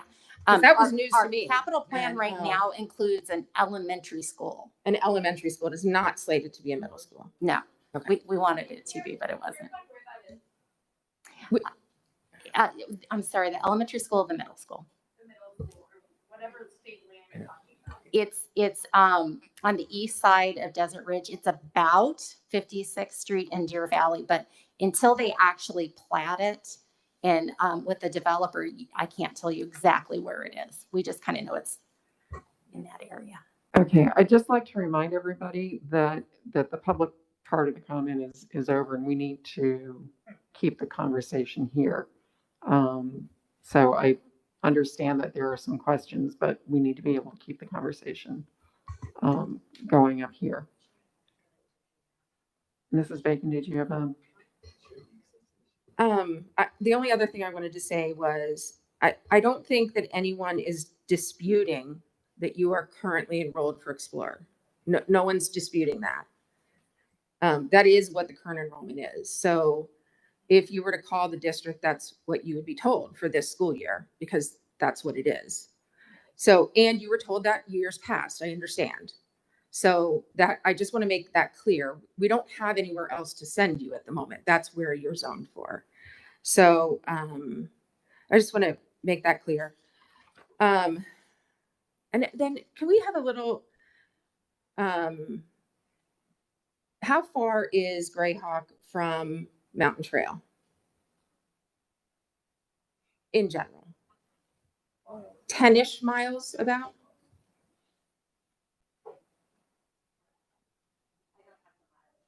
Give us a second, we'll pull it up. Wasn't it 9.4 miles? I believe so. Okay.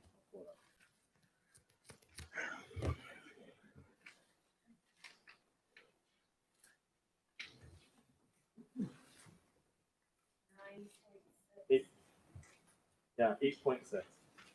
8.2. Okay. 8.6 miles. Okay. According to Google. Okay.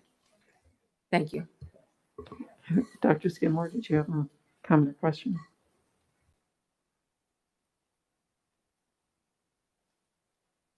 Oh, thank you, President Greenberg. As the oldest person in this room, and as the person who has sat up here the longest time, I would like to make a few comments, and then I will let you know what my thoughts are. First of all, there was a presumption made that Explorer is a better school than Mountain Trail based on a test score. And I can tell you right now in this room that the principal of Mountain Trail sits in this room, and I wish my kids were younger because I would follow Mr. Clancy anywhere. That's the quality that he is. So I'm just saying, when you talk about the fact that Explorer is a better middle school than Mountain Trail. You come back 2 years from now. I won't be here. You come back 2 years from now and see if you still feel the same way. So please don't make that presumption that that school is not going to shine. Secondly, I think the other thing that everyone in this room needs to realize, because I've sat here for 20 years, there is nothing cast in stone. Borders or attendance areas shift with the population. And so for what happens right now is not necessarily where it will be 20 years from now. Obviously, we have a growing concern at Pinnacle High School. If that continues to play out, something down the road is going to have to happen for Pinnacle High School. It just will be too large. And the larger the school becomes, the more problems one has in terms of delivering quality instruction and making every kid feel included, regardless of whether they are special needs or whether they are or citizens moving into the district. That's a problem. Now, as a compromise, I believe that the folks in this room bought a house with good intention. I believe that if this is true, that 117 kids are out of district, then Sky Crossing should be zoned to Explore.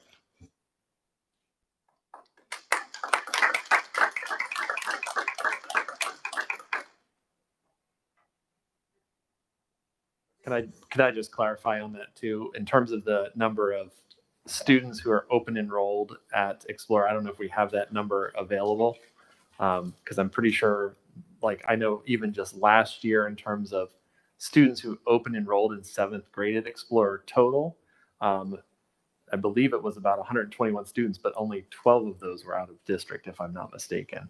So I don't know if you have the total numbers. Well, the current out of district for this year. Yeah. Thank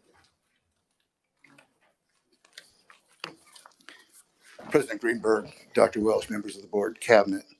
The current numbers for this year show 105 students from outside the district at Explorer, down slightly from last year. Can I clarify that what we don't know is we don't know if they moved up from Wildfire or Desert Chair or Fireside, or were they a brand new open enrollment at the 7th grade level? That's nothing you look at, is it, Mr. Brammer? I don't know what the source of the students. They may have been attending a feeder school before. That's correct. Gotcha. Yeah, thank you, Mr. Brammer. So I know just from looking at our data from last year in terms of entry into 7th grade at Explorer, again, there were 121 total open enrollments, but of those, 12 were from out of district. So I would imagine then, if I'm surmising correctly, that a large percentage of those are actually coming up through the feeder system, from the elementary schools, which if we were going to look at that number in terms of trying to limit out of district, probably we really have to start then at the elementary level and primarily at kindergarten, because I know for the last couple of years, both Fireside and I believe Wildfire have been closed for open enrollment to all grades with the exception of kindergarten, if I'm remembering correctly. Thank you. Thank you.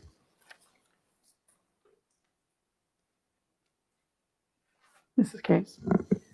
I've been in this district a very long time, and I'm so old that when the district made the boundaries, we just went wherever they told us to go without any question.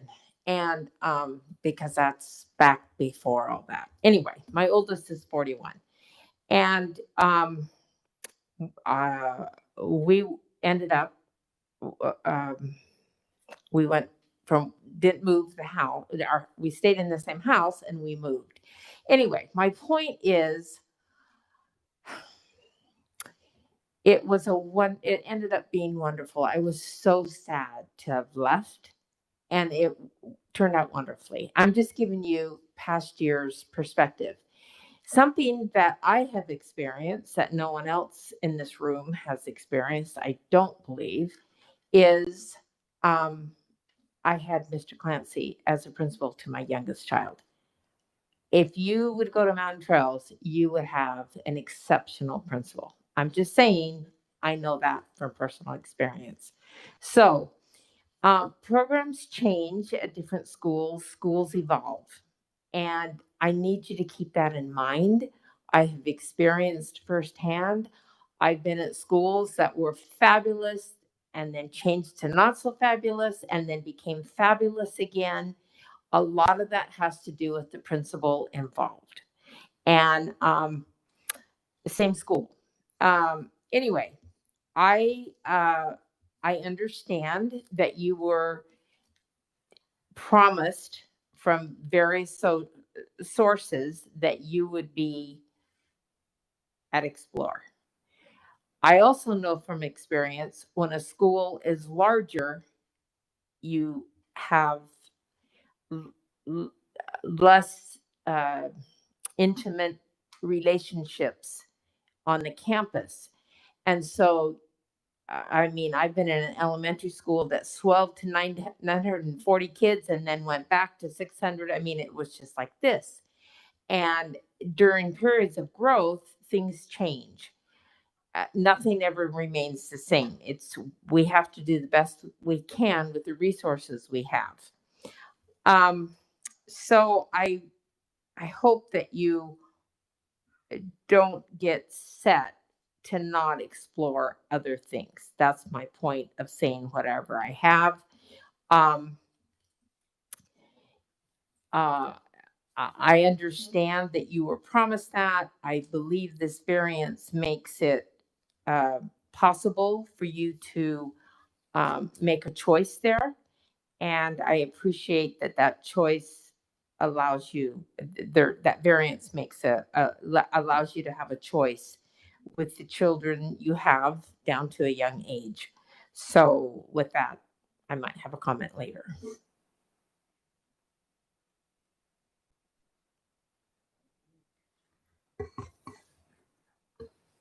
I just want to say I know how heartbreaking this is. I'm sorry that we're in this position. I'm sorry that the district has to make these kinds of choices that we have to make. We've closed schools before because of low attendance areas. We've had to move kids from one school to another, and it's really challenging. The standards to which our lawmakers hold us in terms of empty space, in terms of usage, makes it really difficult for us to keep schools small. So we've got to do something to balance. And I don't, there's not a right answer. But I want you to know that we know how difficult this is. So that's it. Okay, I actually have a question or two. So when the committee went back, and I guess this is for Mrs. Felton and Mr. Brammer, when the committee went back and revisited, I know that, one of the concerns was the Shaw Buttes and what was happening north. Can we revisit how that did or did not impact the numbers and the recommendation?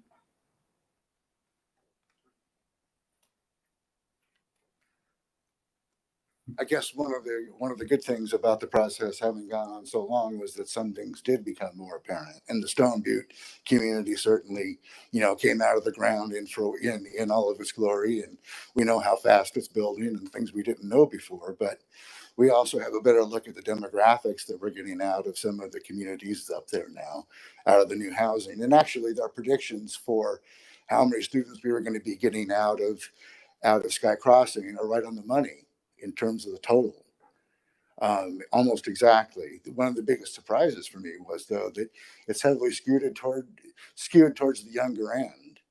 Usually when you're looking at $500,000 to $700,000 houses, you get a little bit older profile and you get older students. So other than that, there hasn't really been too many surprises up there.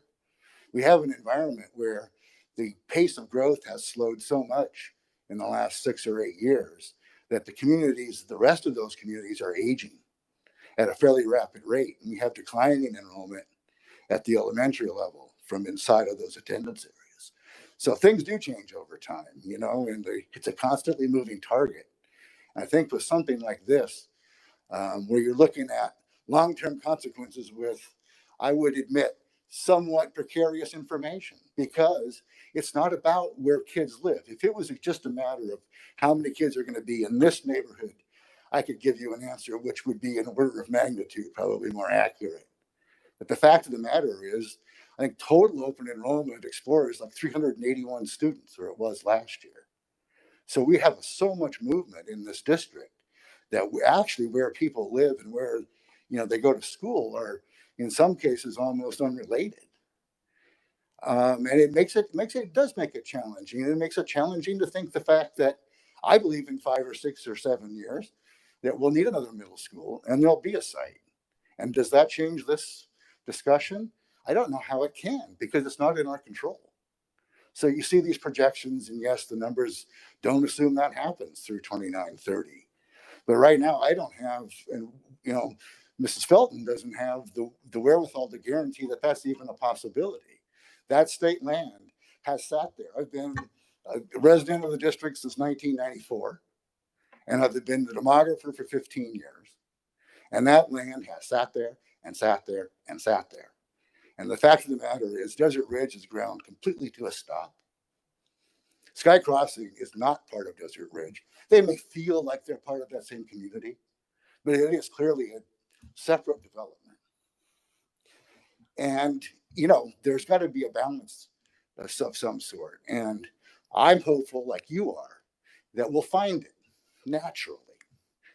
And I have to say, and the last thing I want to say is that Mr. Clancy was the principal at Desert Shadows Middle School when my twin daughters went through there.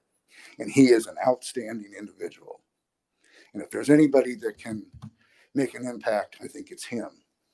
And with your support and the gifted program, I'm hopeful that this is a mute issue at some point. Have to draw the line somewhere, but the fact of the matter is, what I think we're missing is that if they don't redraw the line, if we say we're not changing the boundaries, legally, Sky Crossing is cut in half. And you have to take a public action to change the boundary, to put them back together. As it stands right at this moment, legally, the boundary goes down 32nd Street. There's no question about that. So a non-action leaves the community divided. And I'm happy to answer any other questions. Thank you. Does anybody have any questions for Mr. Browner?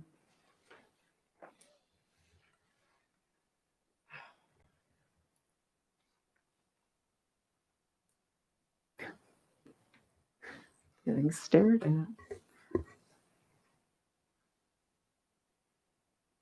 President Greenberg, is there any way we can address any of the comments? No, it's the way the. Yeah, I just wanted to throw it out there. Yeah, I just want you all to understand that we're not doing that because we don't want to hear from you. The laws of Arizona give the public one opportunity to address the board, and we've provided that. So, and honestly, the law doesn't even provide that.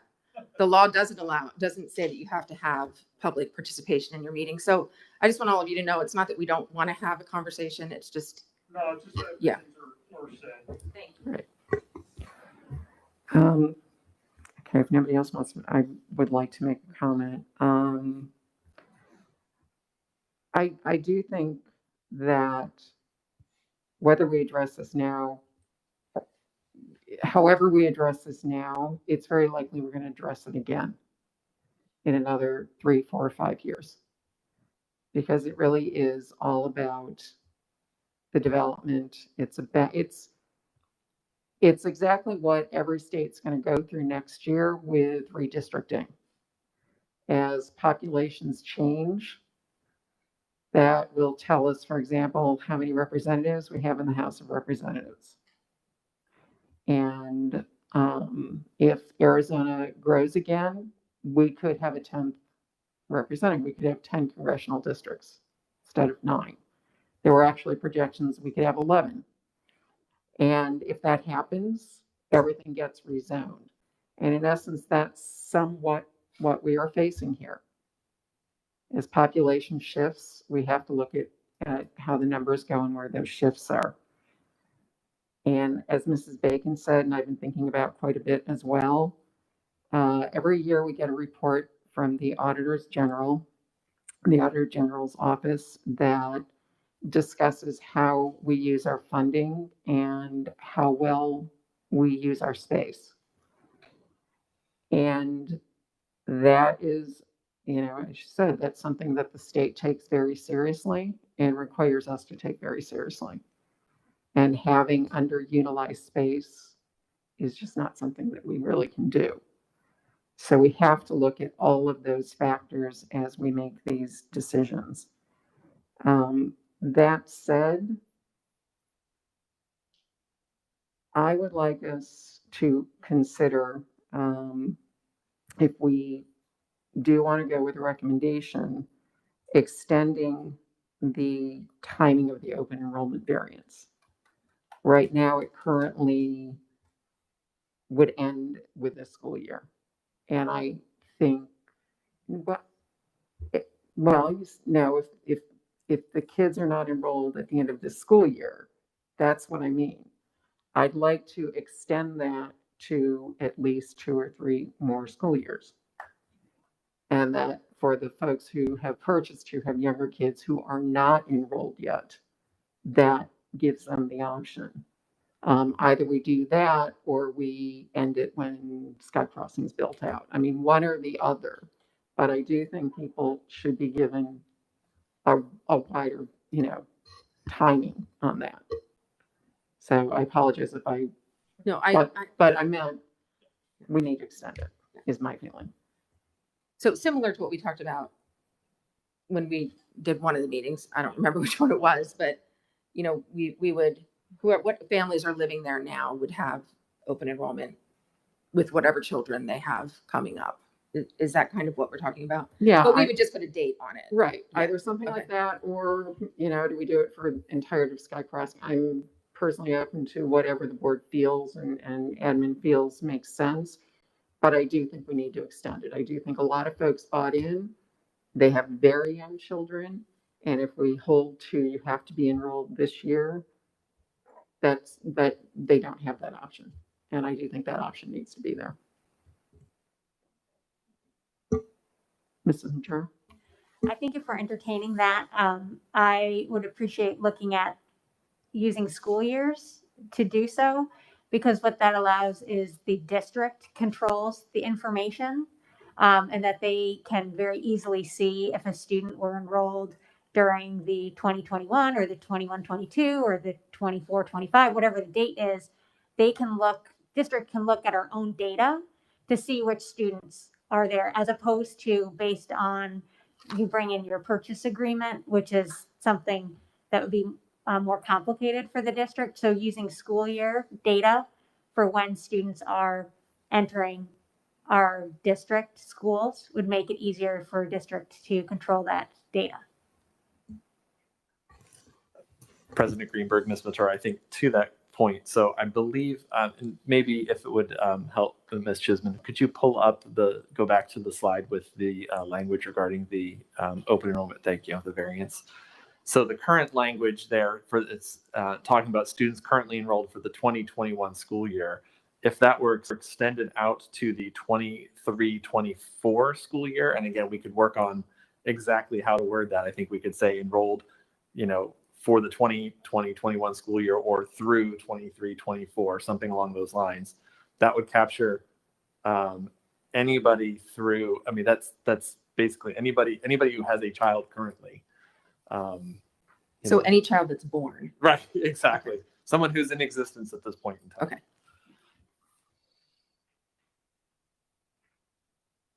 I mean, that could work for me, I think. Well, I disagree with that.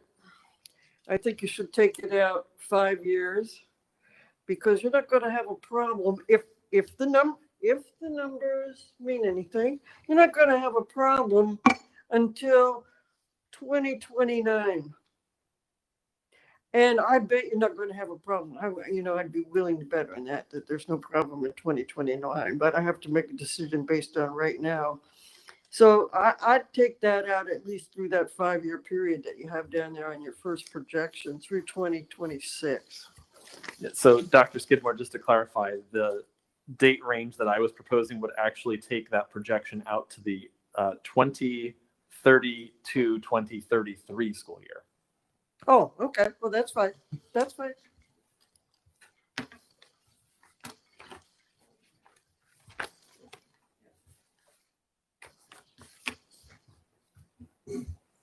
Could you say those numbers again? Yes. So the current proposal, actually that 2020, 2021 takes out any students who would be hitting middle school all the way up through 2930, the 2029, 2030 school year. If we extended that out again to anyone who is currently enrolled or would be enrolled between 2020, 21 and 2023, 24, that would actually take us out to, I hope I'm doing my math right in my head, but that would take us out to the 2032, 2033 school year. That is a long time away. Again, probably by that point, our entire landscape has changed, but. So is that, let me just get my math here right. Is that because of pre-K that number goes out? Okay. Yes, you got it.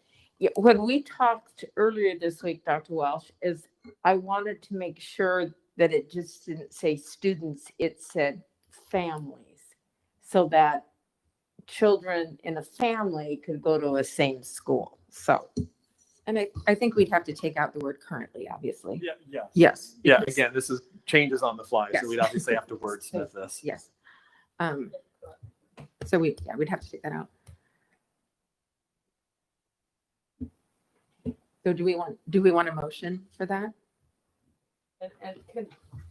can before we have a motion, could we read the new complete thing so we have no questions? So I'm going to do my best. And of course, thank goodness we have recordings for audio so we can go back and make sure we've got it right. I believe this would capture it. So students enrolled from the 2020-21 school year through the 2023-24 school year, PK at Fireside, Desert Trails, Wildfire, and remaining continuously enrolled at Fireside, Desert Trails, Wildfire, Elementary 33 will be granted an open enrollment variance to Explorer Middle School. I believe that would capture it. Dr. Welsh, I think we need to add the words elementary 33 into that first part of the Oh, sentence. yes. Yes, we would. Thank you very much.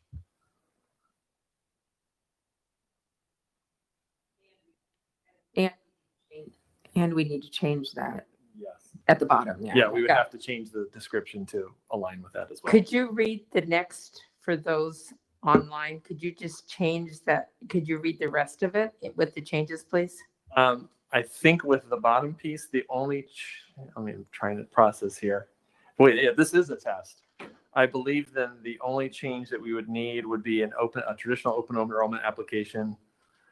Well, I would open that up because at that point, there aren't any siblings. Right. So I don't even know that we would need that particular phrase because again, we're talking about children who wouldn't have been born yet. Well, but they're siblings that hadn't even been born to the children that,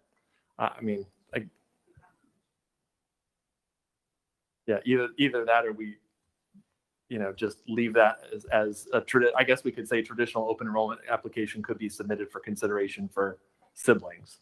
I don't know. We'd have to talk about school age because again, the updated language for the motion would capture anybody, whether they're of school age or not currently. Because again, we're talking about any child that exists in the world.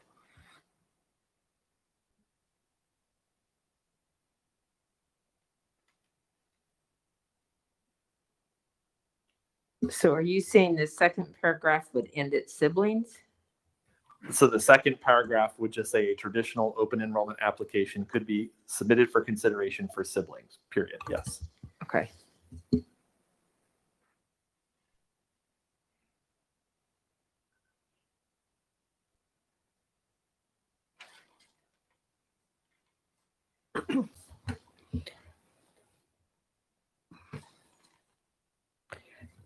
So if we accept this recommendation from cabinet, the audience needs to understand that it says transportation for open enrollment variances will not be provided.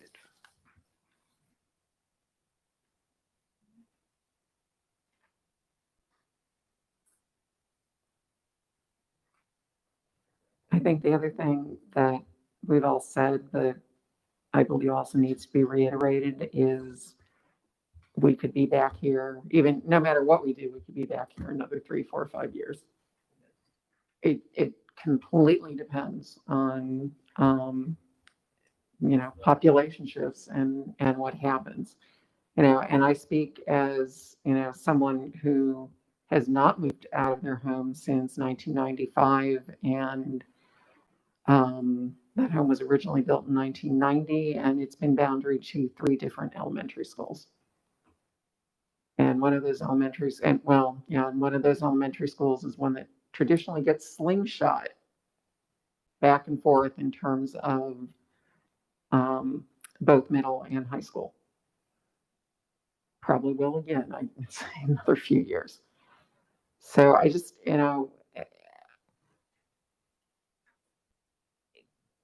I think using the word promise, while I understand it, I think everybody has to understand that, as we started out saying, nothing is in stone. It just can't be.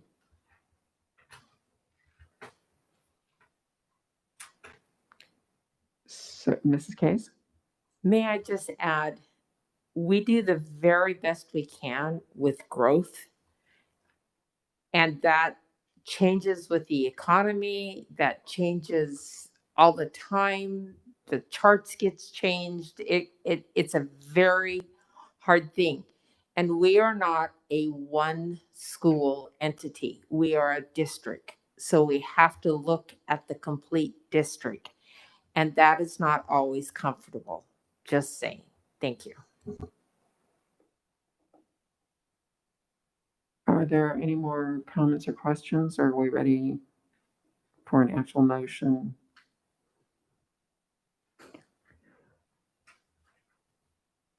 I think we're ready for a motion. Do you want a motion? I'm going to say as verbally changed. How's that?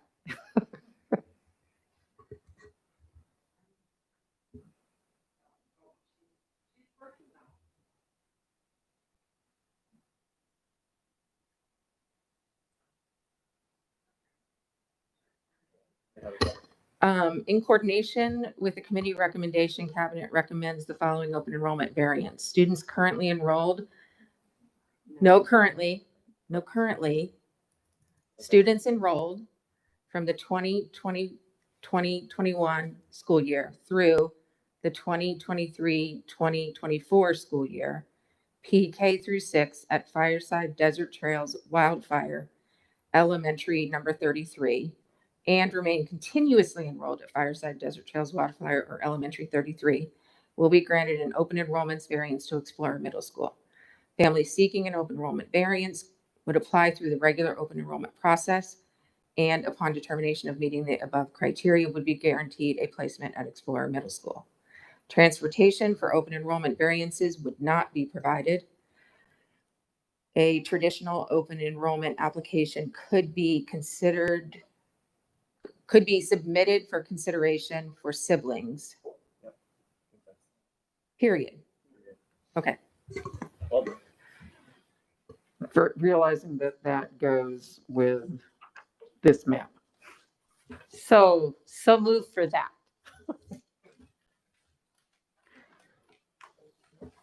Thank you.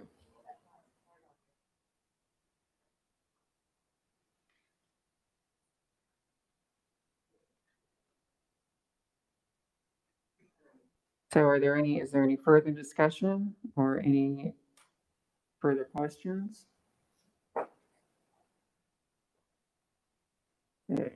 All those in favor, please say aye. Aye. Aye. Aye. Any opposed? Motion passes unanimously.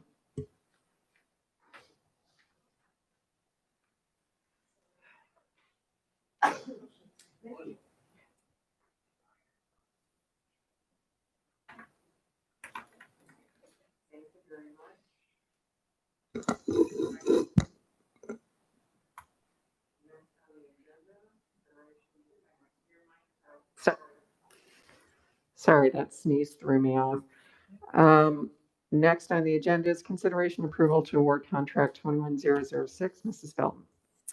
Good evening, President Greenberg, Governing Board, and Dr. Welsh. Before you for your consideration approval is the award of Sun Valley Builders Guaranteed Maximum Price, or GMP, to renovate the Cholla campus into the new K-12 Roadrunner. Included in this project is the tear down of the office classroom building and a new building of an office and 6 classrooms buildings, totaling approximately 22,000 square feet. Also included is the remodel of the high school and multipurpose buildings. This would not alter the ball fields, so those little league, nice ball fields there. In August, you awarded to Sun Valley Builders the construction manager, or CMAR, for this project, and since that time, the design team made up of district staff, Sun Valley building staff, and the architects of SPS Plus have been working to finalize the details on the project in compliance with the SFB guidelines, or School Facility Board guidelines. Sun Valley Builders has been working with the subcontractor community on how to most efficiently build this and to bring the best price to the district. Every bid was measured against the market price indexes, or current pricing, to assemble the GMP that is based on these subcontractors' best prices and qualifications. Once the GMP pricing is agreed to, Sun Valley Builders assumes any construction cost above this amount. Any savings from this amount reverts to the district. And I do watch that money closely. I ask for your approval of this award and would be happy to answer any questions you may have. Thank you, Mrs. Felton. Can we have a motion, please? So moved. Are there any questions or comments, Mrs. Matura? I have a question for both, so you can, but just wanted to know the timeline. Are we still on the same timeline to be completed before the end of this school year? It's so funny. I think I have that specifically in the next one. I'm so sorry. I forgot it for this one. So the plan is to have this done shortly after the school year ends. So what we want to do is for Roadrunner to have all summer to move in to that building. Thank you very much. And you're right. I missed that. I apologize. As a reminder to anyone interested, currently the students at Roadrunner who would be attending Roadrunner are attending where? They are attending the Air Libra campus, and I was just there this morning, and they are just humming right along, but are very excited to be in a permanent campus. Okay, and what has happened to the old campus? That there's 2 campuses. There was the east side and the west side. So would you explain that? Dr. Jarris, can you help me? Do they still have, I believe they still have some staff for support services over there, don't they? Or related services, I apologize. Yes, so it is currently being used as kind of a holding ground for some of the support services, but it's not being used as an actual facility to service students. And I had thought we were going to rent that. When does that begin? And that will begin in 2021, 2022. So we are currently working through a lease agreement that will be presenting at a future board meeting. And that will be to take effect in 2021, 2022. Okay, so next fall, Correct. They would then move in, and then some of our students would be utilizing that facility. Is that correct? Well, yes, some of our students who are receiving That services extra- from ACES through their private placement would be getting their private placement services at the Roadrunner campus. Okay, thank you. I just wanted to get that on the record. Thank you. Are there any other questions, comments? The motion's been made. All those in favor of approving Contract 21006, please say aye. Aye. Any opposed? Motion passes unanimously. Consideration approval to award contract 20034. Mrs. Felton. Good evening, President Greenberg, Governing Board, and Dr. Welsh. Like the prior item, item H6 is the award of a guaranteed maximum price or GMP. This particular award is for Chase Building Team's last phase of the North Canyon High School Performing Arts Center, sometimes called the PAC. And that is a renovation project.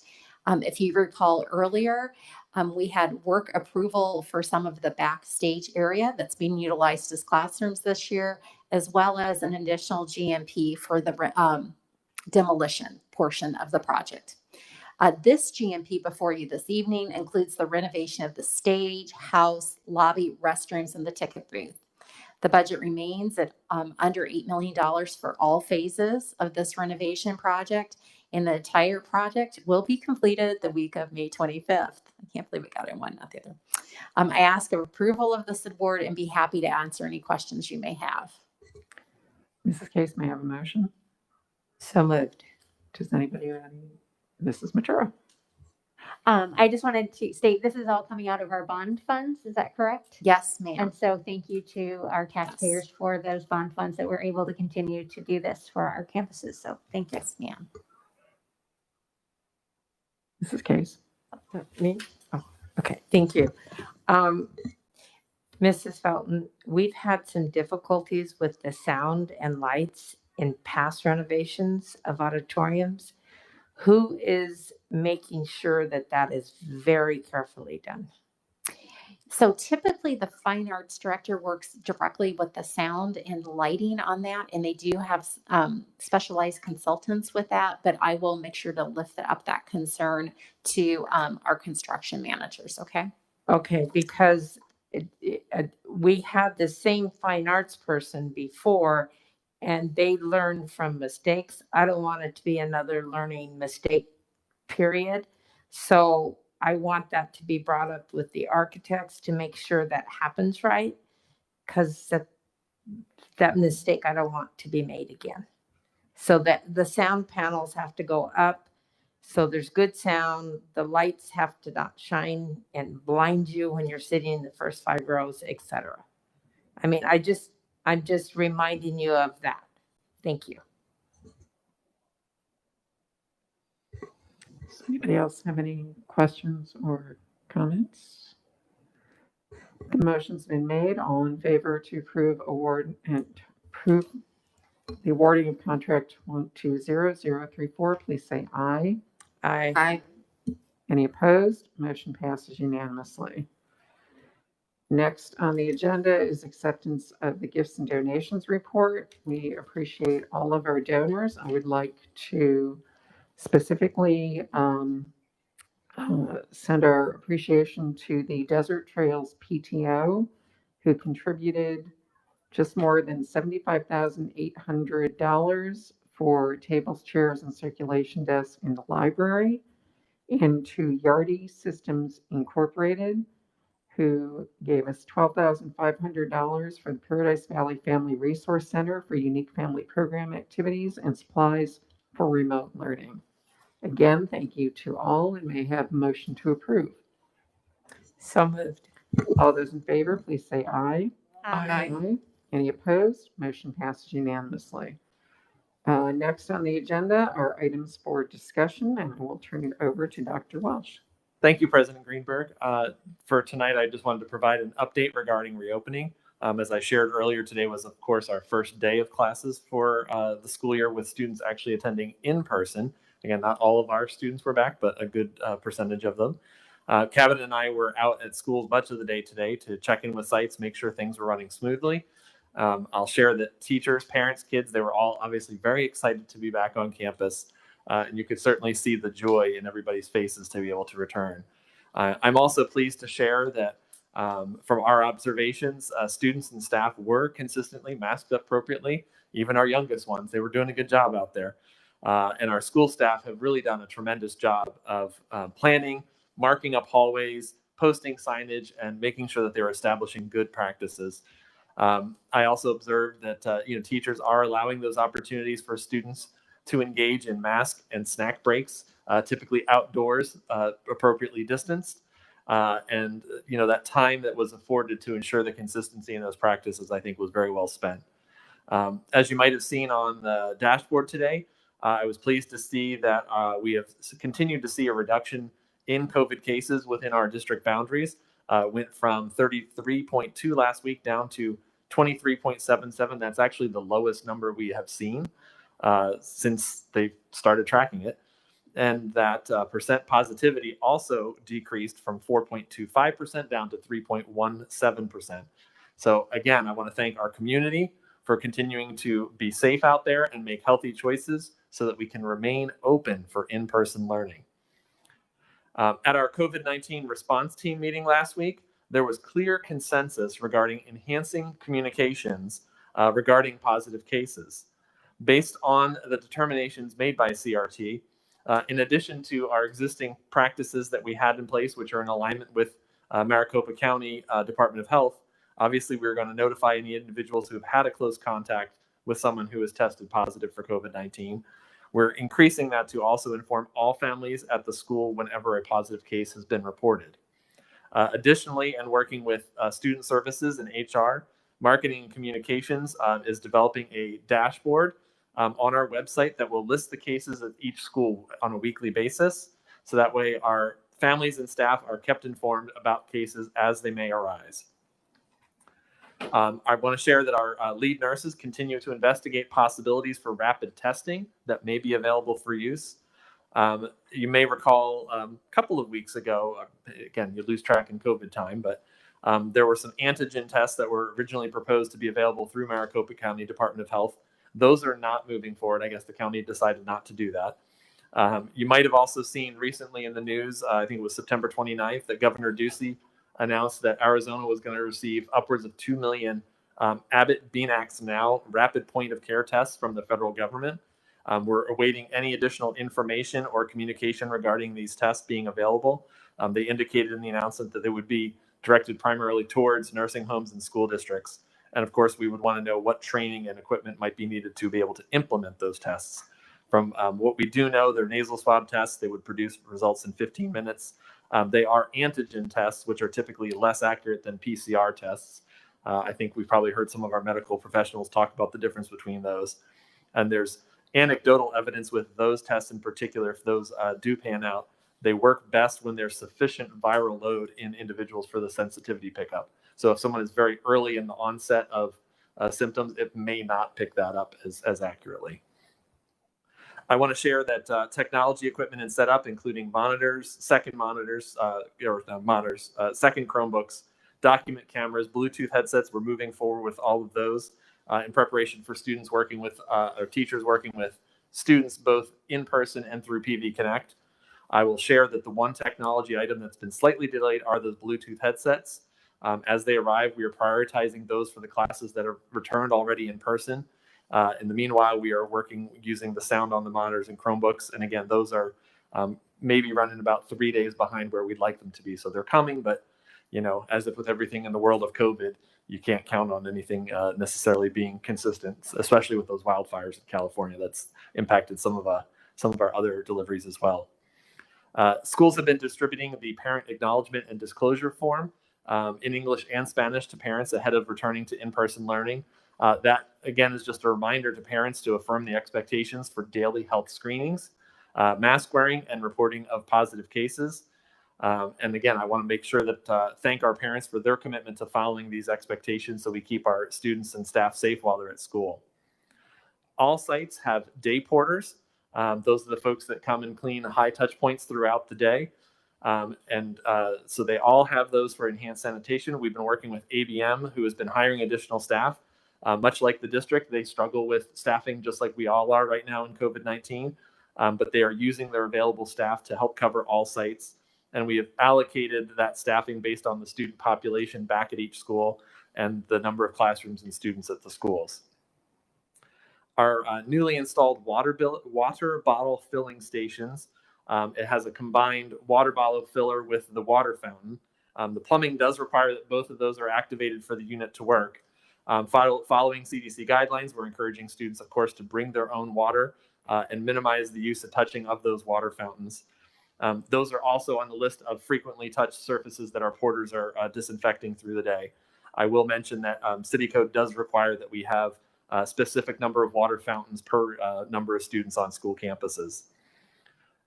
Finally, all of our schools have received the sanitizing spray, the hand soap, all of the items that they were scheduled to have. The one piece that got held up in the California wildfires is some of our disinfecting table spray.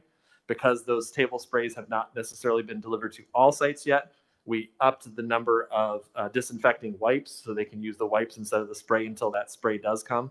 We actually did get a partial shipment of the spray we were waiting for this morning, which is now going out to sites.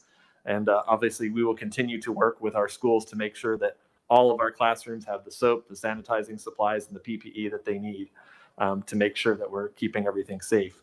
So that concludes my update regarding opening school. Again, be glad to answer any questions or have any comments on that. Mrs. Matura? Thank you. A couple of things. First of all, we have the day porters that will be coming in and cleaning the classrooms.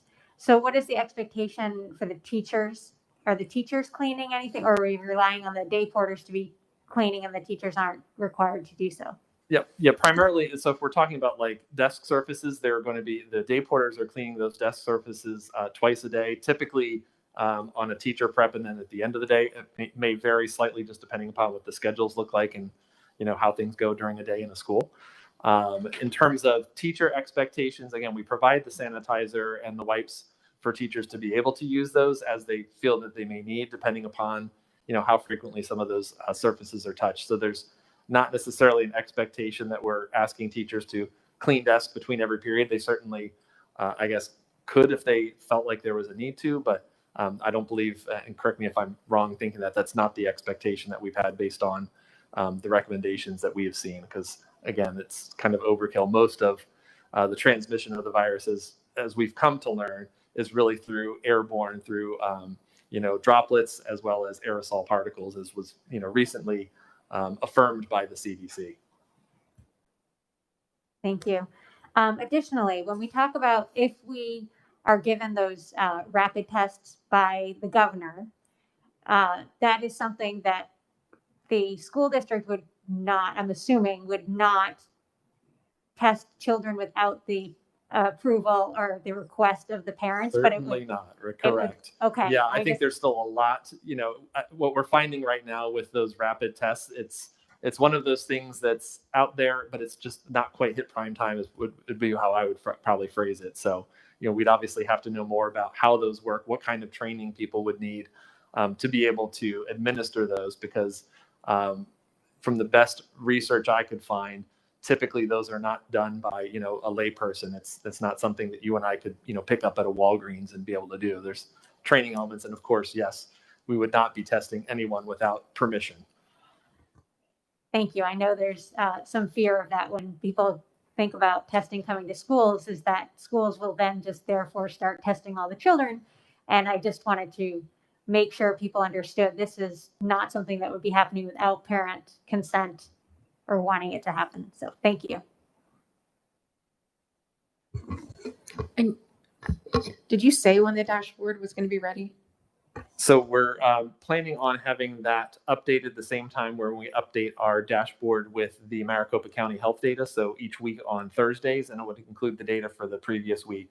And it's starting on next week. A week. Yes, correct. Okay, great. Since we now have kids back on campus. And as far as the parent acknowledgement form, we're going to be asking people to do that and return it, correct? Correct. Yeah, we've already. Okay. So schools have already teachers sent should that out. be. I know I filled mine out. So. Okay. Good. Well, at least we have one for 3 kids. But I think it's important that we ask parents to do that just so they can read it. Because when I read it, I thought, oh, like this is very clear of what the expectations are. So I think that's something that we should be wanting to do, wanting to have in our possession, even though we know that a signature on a release form is, all that is a signature on a release form. But at least if you sign it, you can we can say you must have read it. So But it's not a release, right? It's an acknowledgement. not a acknowledgement. release. Okay, just want to clarify. does it say release on it? The title of the form is Parent Acknowledgement and Disclosure. So Disclosure. it's Sorry, I letting- knew there was letting something them know. fancier than Yes. just acknowledgement.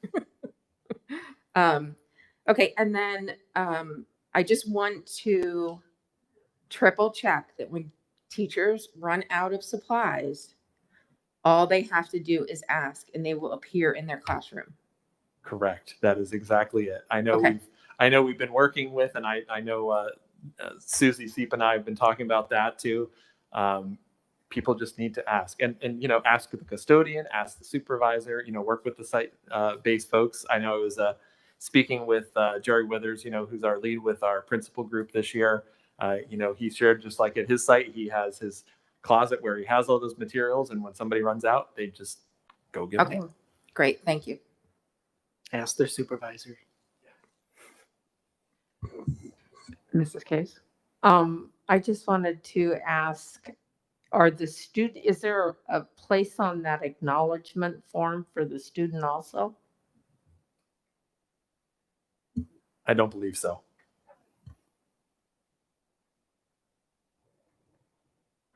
If they're over 18, would they sign it?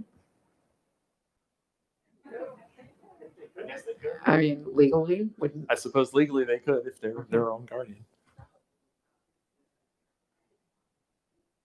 I think very much to Ms. Bacon's point, the key piece there is we really want to make sure that families understand that they should be screening for those symptoms daily. And truly, if a child has symptoms, they do need to stay home. And I think one of the benefits that we have in the instructional models that we have is that students have that flexibility, that if they're not feeling well, that they can learn from home through a PV Connect model.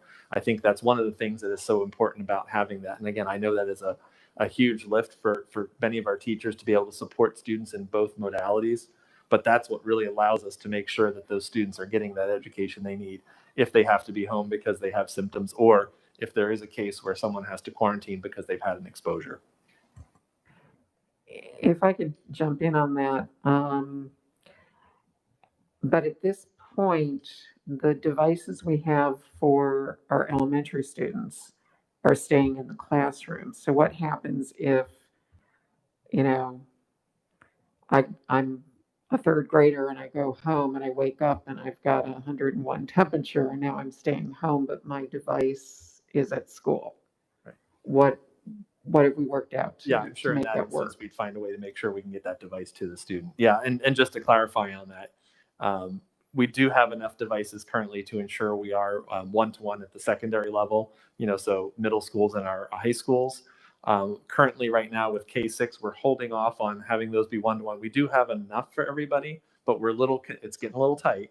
And so we're a little bit concerned that if those are going back and forth, that we may have some damage or loss that might result in us not being able to provide those devices one-to-one. And again, one of the eventualities we need to keep in mind with all of this is that if it does get to a point where we end up having to go back to online learning, we want to make sure we have those devices for kids.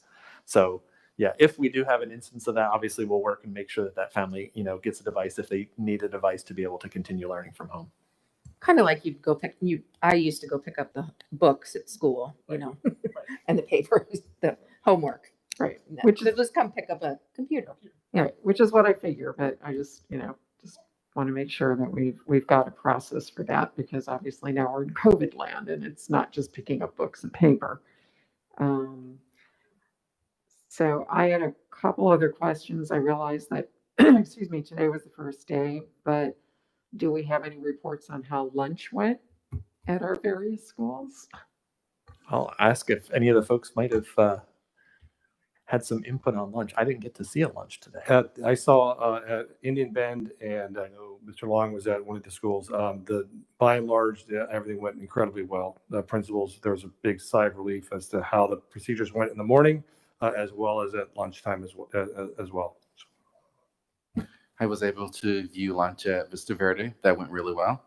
Students need reminding to separate as much as possible. Did a great job. And I was also able to check out Echo Mountain Primary, and they did a fantastic job today as well. So That is excellent to hear. That's been another one that's been kind of on my mind. And then also question parent-teacher conferences. How are those transpiring?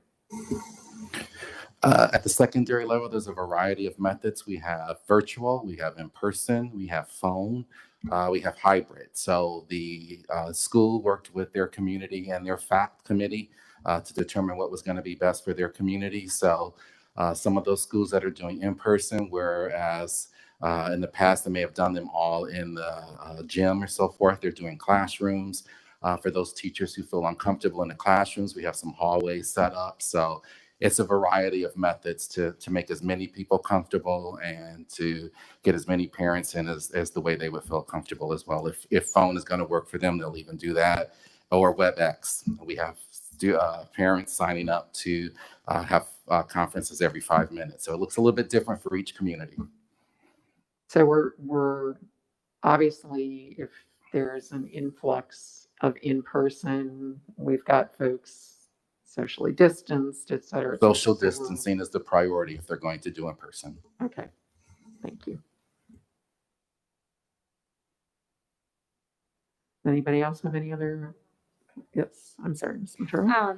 I just wanted to remind, because we talked about lunch, and I just wanted to remind people that we are still in the free lunch period now, that any student who is in our schools will be eligible for free lunch through the end of the calendar year. Yes, seeing nods, yes. Great, thank you. It's a good time to remind those who may need to fill out their free lunch application to do so, because the ones from last year have expired. So we do need those updated. Great. Is there anything else that we want to talk about? Any other questions, comments? Seeing none, may I have a motion to adjourn? So moved. Right, our next regular meeting will be in 2 weeks, October 22nd. We will be here. I presume we will still be socially distanced. Unless there are any questions or comments, all those in favor, please say aye. Aye. Any opposed? Motion passes unanimously. We are adjourned. Thank you.